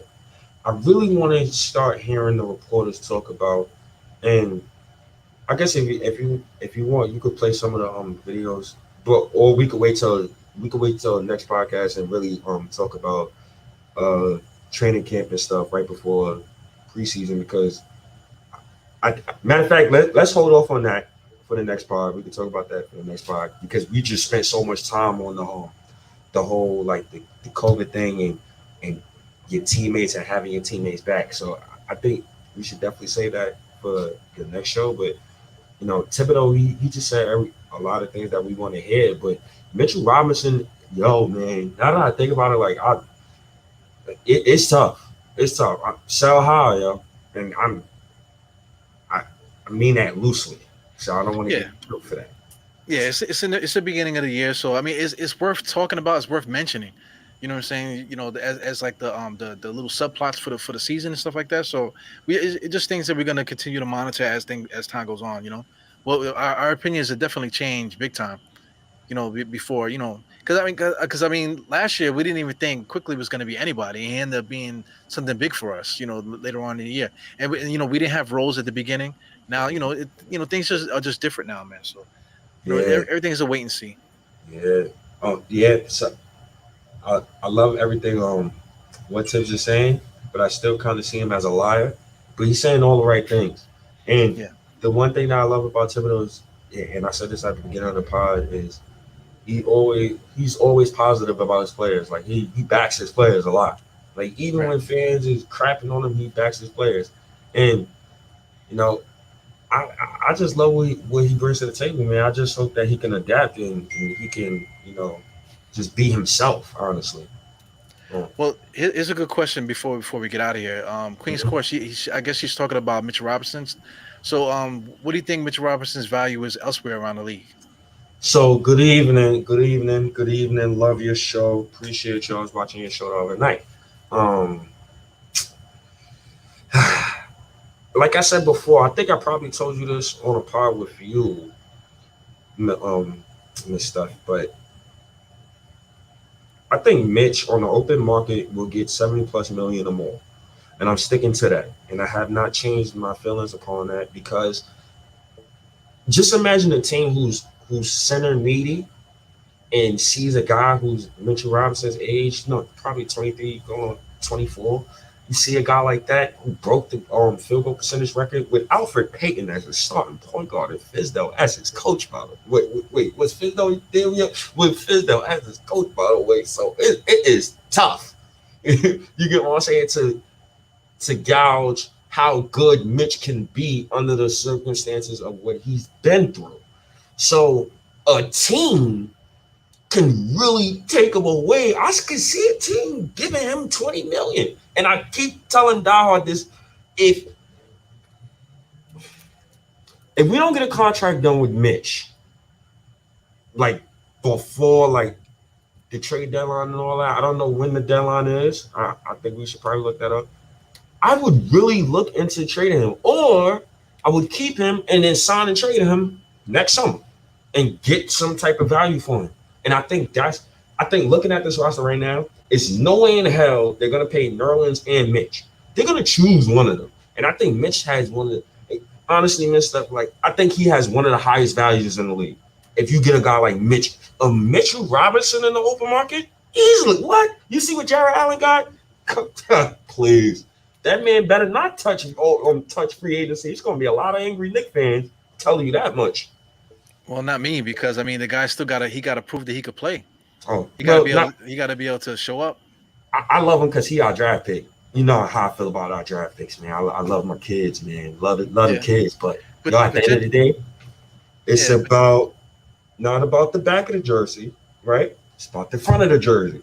right. Only that rule doesn't apply to Alfred Payton. But anyways, yeah. I love Mitch, man. I love Yeah, Mitch. but I don't like to talk about potential though, man, because I mean, are you gonna see like look at that kid, Michael Porter Jr. They paid him $200 million, bro. You know, that kid is making $40 million a year. That's I based would. off of I would pay potential. him. I would pay him that. I would pay him that because that's Denver and they're not going to never get a franchise superstar to come in the building for free agency. So you got to pay him. And if I'm 40 Denver, million though? I would pay him. I'm paying him the high. I'm paying him the high. I'm sorry. I'm Holy sorry. moly. God, I'm sorry. I'm sorry, I'm paying the high. Yo, at least Michael Porter Jr. He already averaged 20. He looked like he's gonna be a perennial 20-point a game scorer and whatever. So I guess you could pay for potential, but he didn't really do it yet. And you're already giving him 40, and he was coming off a possible. They were talking about him. He might not even play. Because of that back injury he had. They were talking about that. So they go from that to paying him $40 million, bro. That is crazy to me. Listen, I love everything what you just said, dog. We picked Kevin Knox, brother. Yeah. And I love Knox. But listen, imagine if Michael Knox Porter Jr. with RJ and Randall? Are you kidding me, dog? The most efficient. He had one of the most efficient seasons ever for a guy his age that averaged 19 points. Next to Wilt Chamberlain. Come on, yo. Come on. You gotta pay him. You got to pay him the money. Even though I hate the contract, you gotta pay. Yo, if Kevin Knox was playing close to that, right? Would you pay Kevin Knox $40 million? Because that's what we would be looking at to pay him some kind of money, because this will be his year. Kevin Knox's last year. Same thing like Mitchell Robinson. You're the devil, man. You can't do that. He gave us a season that was so efficient and mirrored Wilt Chamberlain. What could I do with that?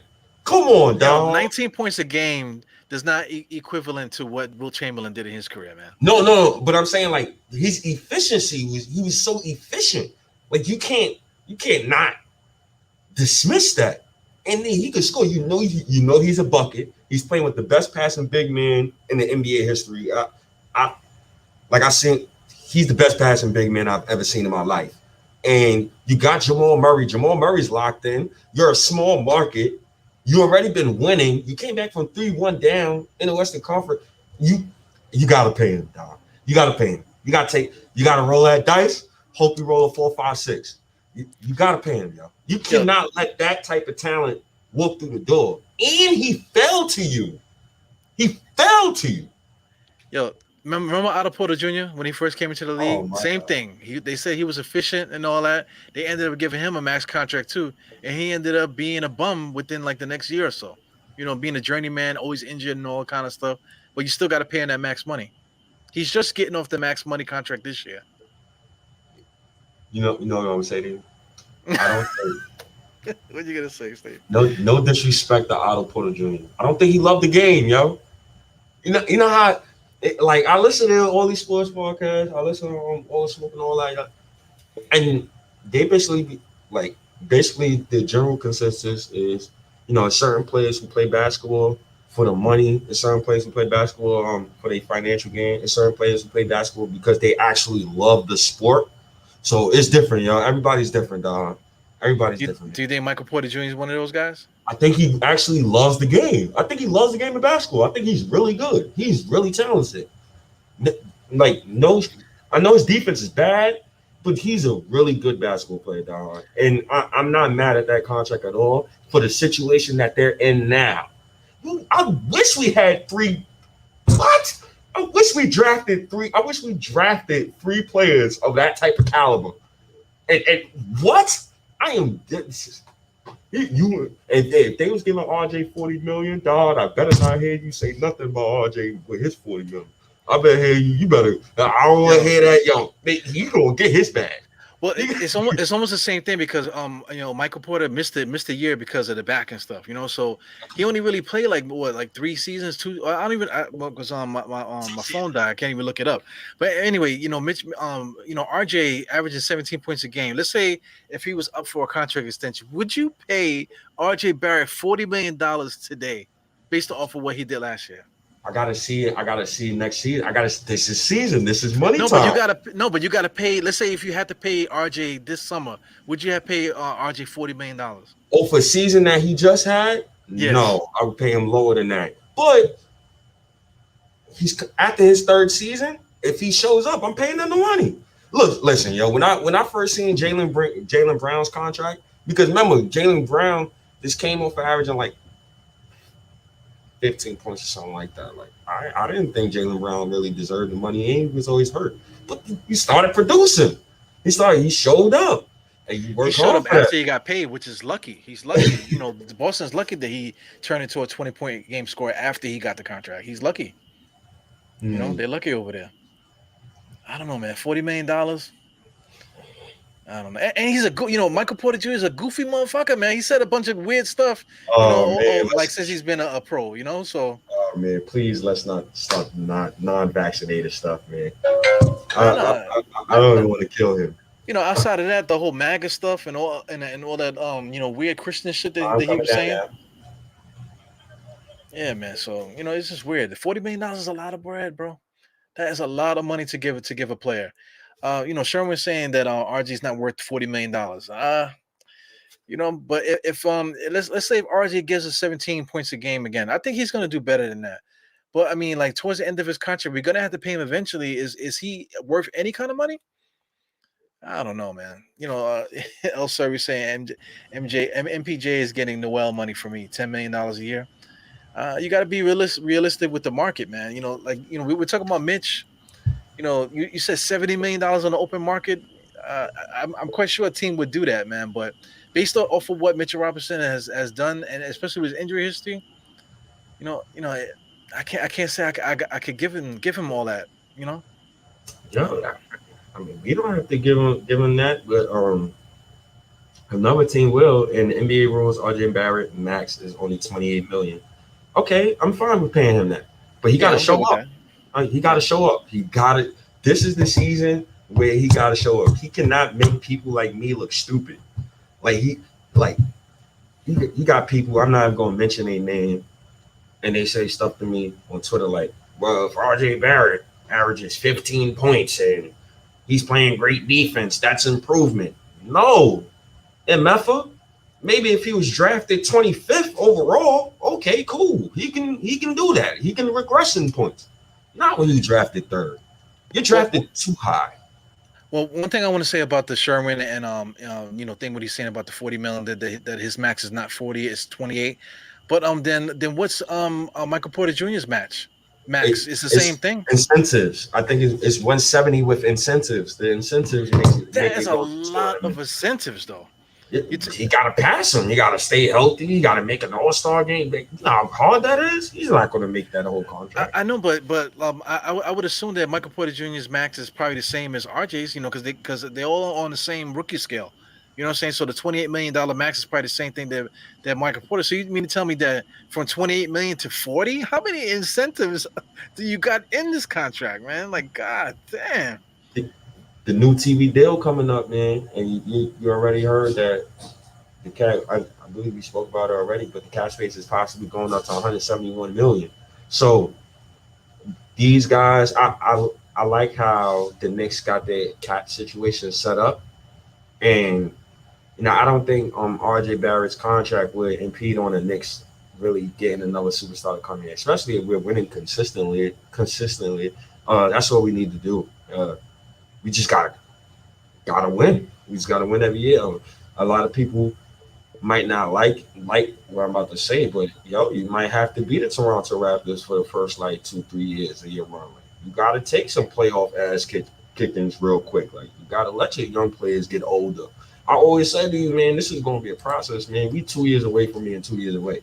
So yeah. I'm not really on the Knicks gonna win a championship right now. We're gonna win it next summer. Nah, I'm not under that, man. I'm trying to be realistic.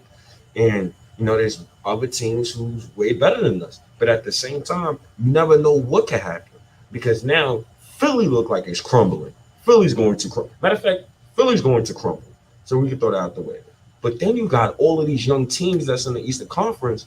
And it's like, it's going to get to a point, dog, where these young teams that's in the East, they're going to have to, whoever their all-star is, they're going to have to really package a lot of those young players and go get an all-star from the West to come join their team in order to, realistically compete. Atlanta, the Knicks, it's certain, the Raptors, it's going to be certain teams that's going to, I could say 2-3 years from now, you see all those young Cam Reddish and all of those, Collins and all those guys, a lot of these dudes gonna be shipped out for an All-Star because people gonna be like, yo, y'all, that Bucks team ain't gonna stay together forever. Yeah. So, But you want to talk about crumbling though? Like all the superstar teams this year are crumbling. Philadelphia got a lot of drama right now. yes, They were supposed to be in like number 2. The Bucks are the Bucks. But they didn't get better. Brooklyn got a lot of stuff in there that could crumble their little thing going on too. yes. So I mean, Boston's another team. So all these teams got all these question marks. And the Knicks, like I said, we're kind of like over talking it a little bit. The Mitch Robinson situation, but the Knicks don't have no drama. We don't have no crazy stuff happening with us. So you say we're 2 years away from being 2 years away. It might be this year. Yo, Based. I'm saying based on the simple fact that Philadelphia is crumbling. Mm-hmm. They might not even make it as high as they were projected to be. The Brooklyn might have their problems. So through all that turmoil, if the Knicks are not having any turmoil, and if we can get healthy or maybe make an opportunity trade the way that Toronto did when they got Kawhi and all this stuff, man. Maybe the Knicks could win this year. I'm gonna say that almost every episode, man. And it's not based off of anything the Knicks are doing. It's mostly based on the crumbling around us, around the league, All in right. our conference. So I'm gonna ask you this question. Does Detroit win the 2004 championship without Rasheed Wallace? No, but I mean, they had to get to a point where they were good enough to make that trade, to get him on the team. So Pete, when they traded for Rasheed Wallace, it was when at the trade deadline. Right. Put him over the top, right? So But they were still winning though. They were still they a were still winning winning. team. Yeah, but that put him over the top because you traded for Rasheed Wallace and you basically didn't give up any main piece from your core, basically. So what I'm saying to that is the Knicks could be a team who could, we could fight a little bit for the first like 3-4 months.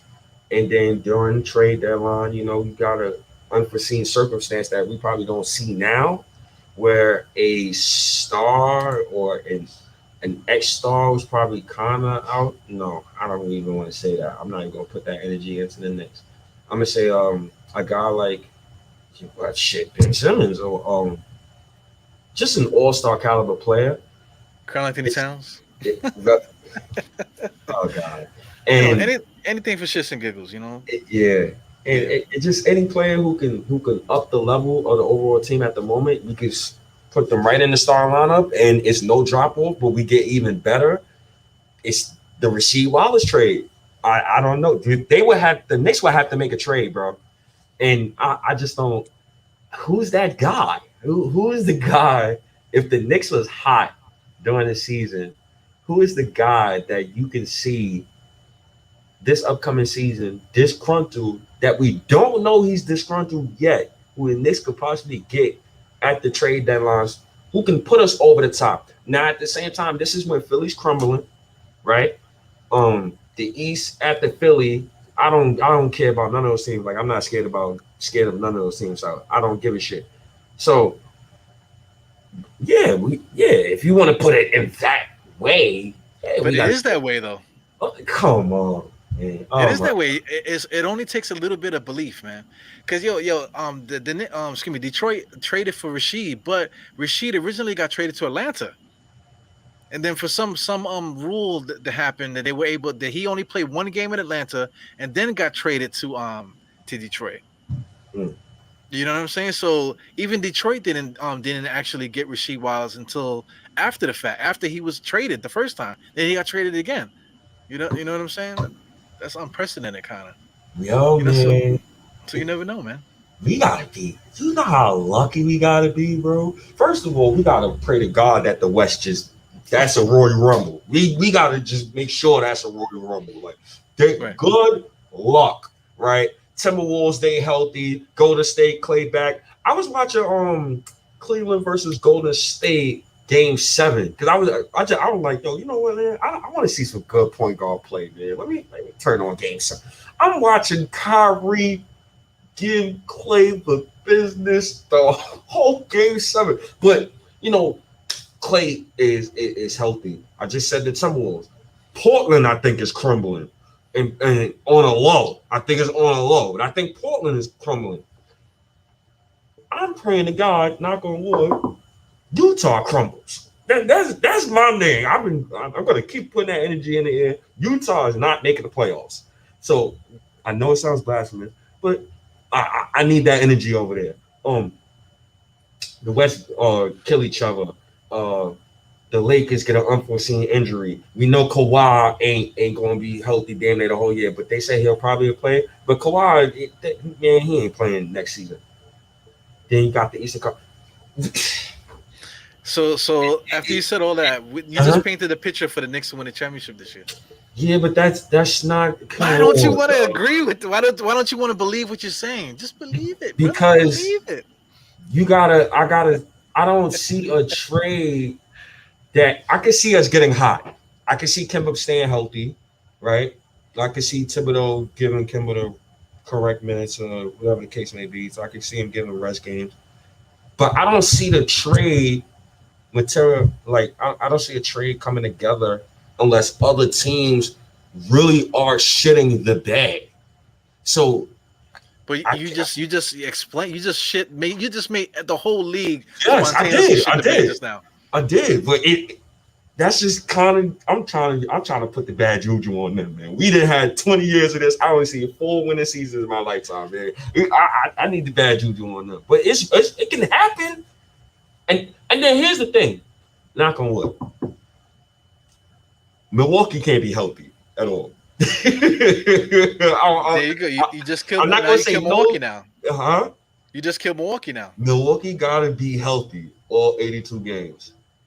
And we'll see. I want Atlanta first round though. I want them first round. I'm praying to God that they get I want them to get the 6th seed if we got the 3rd seed. If we get the 2nd seed, I want them to be the 7th seed. I want Atlanta first round. I need to get that out the way first. And then we could probably take care of business. But it's going to be a trade though. That's the only way I can see it happening. Can you give me some names, please? I don't want to hear Cat. I got the Sherman comment there because he's going at Queen's Court right now. They're kind of like going back and forth in the chat. But is it like they're saying how many winning seasons Towns have? If Towns comes here, we're gonna turn to the Timberwolves. Julius Randle, he came here with the spin move and whatever. Now look at us. You know what I'm saying? Kemba, Rose, Fournier, and all this other stuff, man. A lot of things can happen. It's like like she said, it's a team.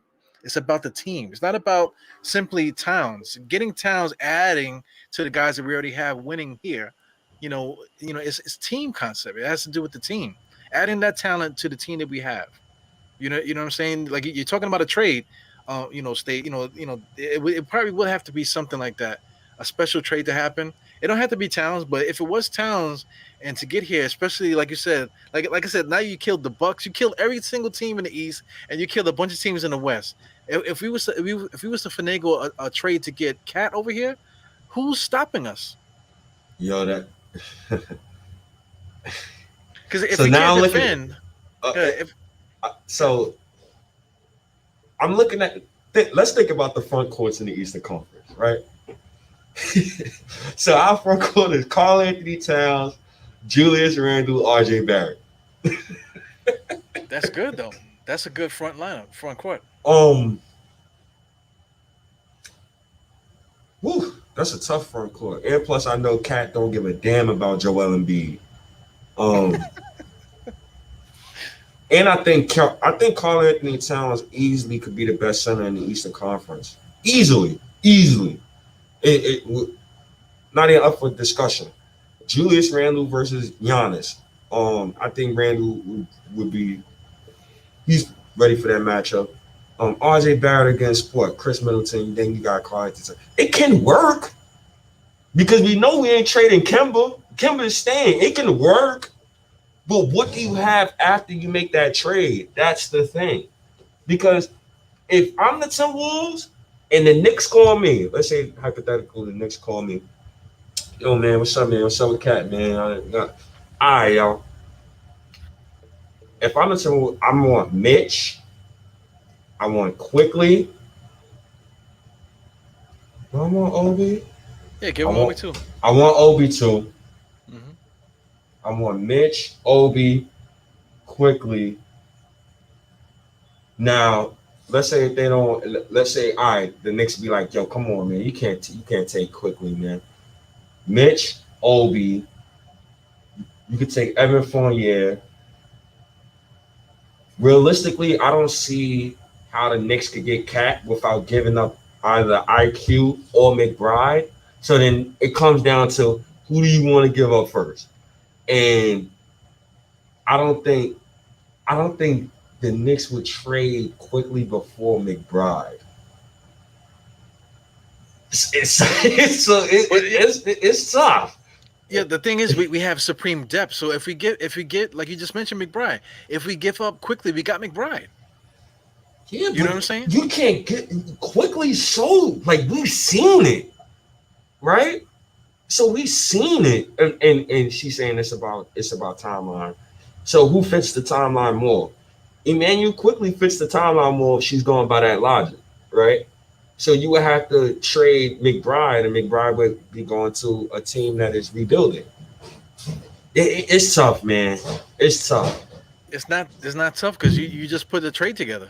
You just put a trade together and you got us Cat just I now. can't get us. I don't know if the Timberwolves. I think they would take that. I think they would entertain uh, And then trading we got all Cat. our picks. We got all our picks too. You gotta throw that in there. I'm not giving them a lot of picks. That's out of the question. But That's off listen, the table for me. we're going for it. No, we're going for the championship. We're not just going for in a So couple years. If you're going for Cat, that means that you're saying we're making a stand right now. you We're gonna going try for to get this damn Gusto? chip. Yeah, we're going for the chip right now. Because that's what they said when they went and did Rasheed Wallace. Maybe they didn't give away a key player, but they did give away something. Because Rasheed Wallace, he made a decent amount of money during that time. You know what I'm saying? So they had to give up something. I can't pull up the trade at the moment, but they did give up something, maybe some draft picks or whatever like that. You know what I'm saying? So what if like the Knicks say, listen, we're making a stand now. We're gonna get Karl Anthony Towns, maybe add some other veteran that's lingering somewhere. You know what I'm saying, and make that stand. Hmm. Oh, I think the man. chip is ours, bro. Man, that's tough, man. That's tough, man. I don't know, bro. I can't put my finger on it at the moment. That's funny, man. Dang. I see you That's a smiling, tough. man. That's a tough front court, though. If Tibbs could get it together, that Yeah. that would be a tough front court. And we have enough talent coming off the bench, and then possibly adding, through other avenues too. We still could put together a nice solid team for that ass. Wow, that's tough. And Cat's still 25. That's what makes it so crazy. He's still 25. Yeah, his And hairline is strong, boy. yeah, man, and he probably will want to be home as well. Cold Minnesota. Because I don't see Anthony Edwards being in Minnesota when he's past like 26. That's impossible. Like I don't see it. Now we know G, what up, man? Now we know when he's from Atlanta. I think Anthony Edwards is from Atlanta. That boy not staying in Minnesota, man. Nah. So He's a different kid though, man. That guy thinks very highly of himself, man. He's gonna be yeah, pretty good, yeah. in the years going forward. Ooh, just for Cat's sake, man, I would love for him to make the playoffs. I don't think we can get Cat this year because I really think the Wolves is going to be good. I just really like Anthony Edwards. Like it's just when you see it with certain people just got that it. Like you just see it. Anthony Edwards is it. Like I could see it, and I'm still mad the Knicks fired David Fizdale too early. Because we would have definitely had Anthony Edwards on our roster, man. Shout out to Obi Toppin, man. I love Obi, but Yeah, that's a subplot too. Like with Anthony Edwards, there, the way that he's gonna be, I think he's gonna be a big time scorer. So is Karl Anthony Towns the right player to have with him? yeah, I like they fit together. I watched a couple Wolf games. I like they fit together. They have no issues with the fit. I think the person that makes it stupid is D'Lo, because D'Lo can't defend. and you can't trust Edwards to really lock somebody down yet going into his sophomore season. Right. So nobody can defend on the team. So that means you have to overcompensate. You got to trade for players to fit around Edwards that can fill in stuff that he can't do. Listen, D'Lo for Simmons work, man. It works, but here's the caveat: D'Lo, that's Karl Anthony Towns' man. So he just Julius Randle and Karl Anthony Towns was hugging and kissing each other too. Not too long ago. Don't start that. Yeah, man. But as you're saying, all that stuff can happen. It's not so retarded and so far from the imagination that stuff can't happen, man. So yeah, man. So you just gotta believe, man. We are doing the right thing. Well, outside of making any trades, the Knicks are doing a great job doing the right thing, preparing us for that moment. And I think we're close to that moment, closer than a lot of us give credit for, man. Yeah, I'm happy with the progress what the Knicks are doing right now, man. It's cool, but yo, that's another conversation, man. That's a tough conversation. We're gonna be having a lot of tough conversations this season. I already see it now. Well, yo, me and you are back, man. We about to start another podcast. we already did an hour and a half. Now we about to do another hour and a half on another subject, man. So, man. We had to take that week off to get our shit together. Now we back at it, and get ready because me and State got a lot of stuff to talk about, man. Man. I think training camp ends Sunday, I believe. Yeah, something like that. I believe it ends Sunday. So we could save the training camp talk for Sunday. Okay, sounds good. And we could definitely chop it up about training camp on Sunday. But man, it's the Knicks, man. I turned off his equipment.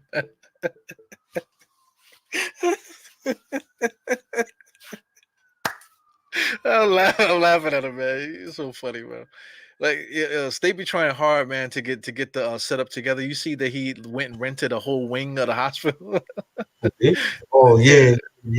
I like the setting is calm. Yeah. I don't like the upstairs setting. It's too like hospital-ish. Yeah. Well, Randall and RJ Young. Oh man, she's killing me right now, man. But, Queen's Court is fighting for her life in the chat right now, man. The guys are going at her. You know what I'm saying? So. Oh man, why we can't build around them? So Randall, Cat, RJ.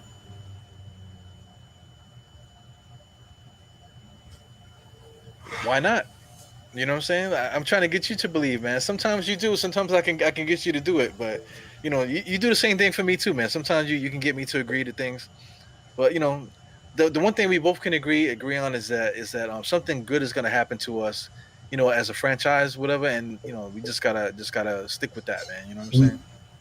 Yo, like you could do the trade because in 20 and shout outs to Guard Up Knicks, man. I got a Guard Up Knicks show with my guy Guard Up Knicks.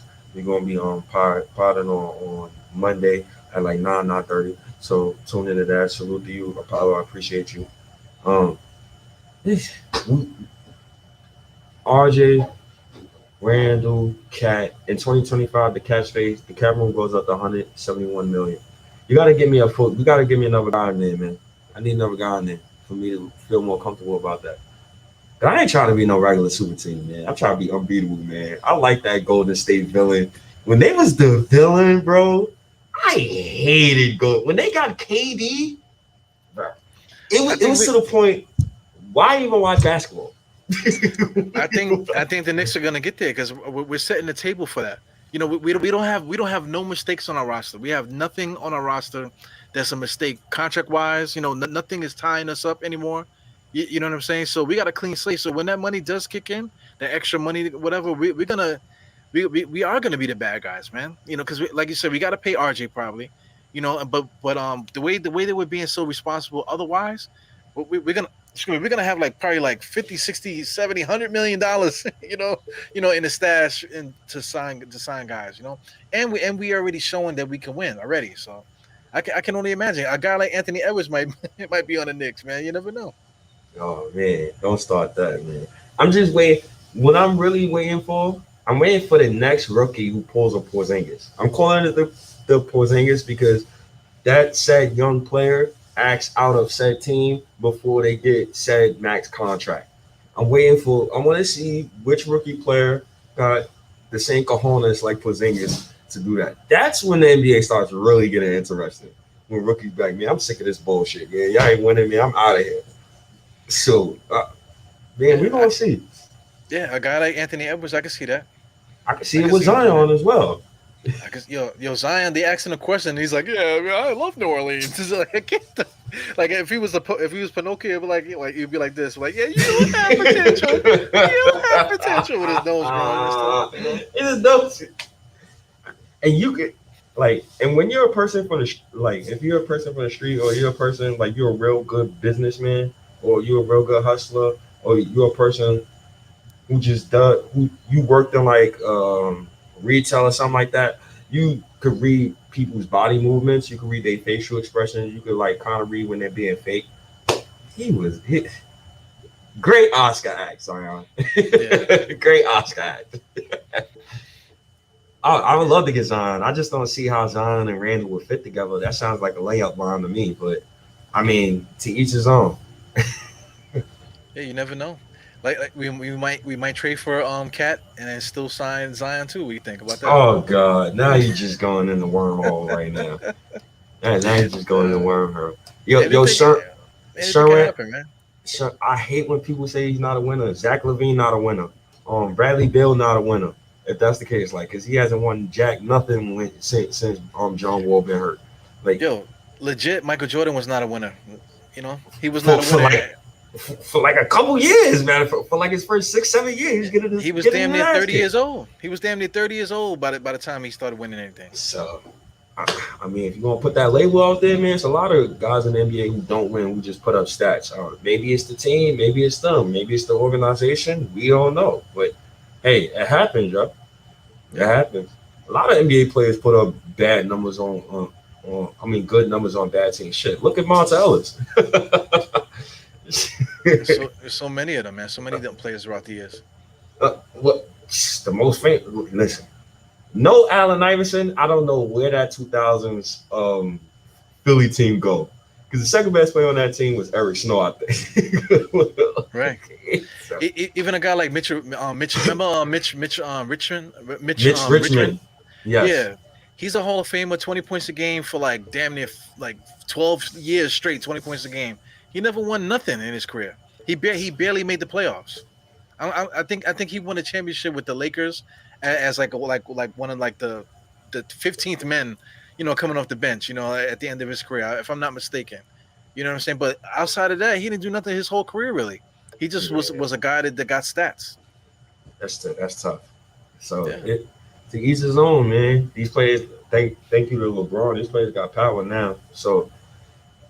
We'll see, man. We'll see. We're gonna have a lot more to talk about on Sunday, because I know there's gonna be a lot of news. Nick news probably usually come out Friday, and they usually come out Saturday when there's no ESPN and they can't really report it all crazy. So usually something's gonna come out soon. I'm just interested in to see who's showing improvement during training camp. I want to see who got taller, who came with a new skill. I didn't hear none of that yet. So that's what I'm waiting to hear. I didn't get any of that yet. So we haven't seen last year, the last few years, they've been giving us mixtapes. They haven't done that. No.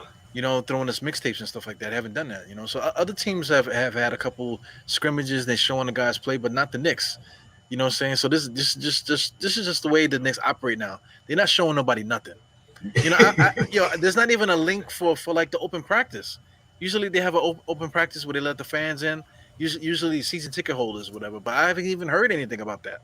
Leon Rose is a mob boss, man. I can't get mad at that, man. I can't get mad at Leon Rose, man. He's running like a mob boss. I appreciate Leon Rose. Yeah, no doubt.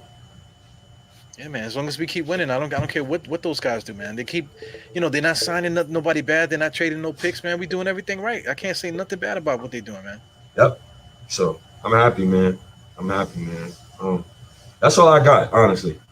I'm about to go finish this shift, Yeah. And then we out of here, man. Yeah, I Yeah, got to get man. up early myself too, man. But I burn candles at both ends for the love of of these Knicks, man, and for everything else I would like to do out there. You know what I'm saying? Yeah, man. Knicks, man. I hope we have a great season, man. It's gonna be fun. It's gonna be one of the most interesting seasons I've ever watched. So let's get to it, man. Yo, we got an MVP on the bench. What more can I say? Yeah. What more can I say? Yo, what's up, man? What's up, man? I got overtime, man. Nah, that go. Nah, man, it's that free money, man. What you mean? But Nah, man, ain't no money free, bro. Ain't no money free. money free. money free. But y'all know where to find us. Diehard State of Mind. I appreciate you. Apple Podcasts, Google Play, Stitcher, and everything. Next pod, we definitely going to get in depth about the whole training camp situation, and hopefully we get some more news before Sunday. But I appreciate you, Don. Miss Steph Queen's Court, man. I appreciate you, man. I appreciate you really getting the chat live, man. Fellas, man, let her live. She like the chick from what do you call Dead Presidents. She just jumped out the garbage cans. Blah, blah, blah, blah, just dumping all over the chat right now. Oh man, but I respect it though. She hanging, man. She good, man. She'll be alright, man. But I appreciate everybody, man, for tuning in, man. Dog, I'm out here, my guy. Sherman, man, I appreciate you the most, man. Shout outs to before I go, Mel Bester. Shout outs to you, man. Kareem, great. Queen's Court. Who else showed up? Damn. Oh, they was going at it. I can't even go up on the comment. Well, shout outs to y'all, man. Y'all was going at it. But all right, buddy. I appreciate y'all, man. I'm out of here, man. Yeah, man. Peace, State. Peace, man. Yeah, man. Me and State are back. We're gonna be ripping these podcasts out left and right. I'm probably gonna go on again tomorrow, man. So shout out to everybody in the chat. See you guys in the next one. Thanks for supporting Diehard Knicks podcast, especially Diehard State of Mind, man. All right, peace.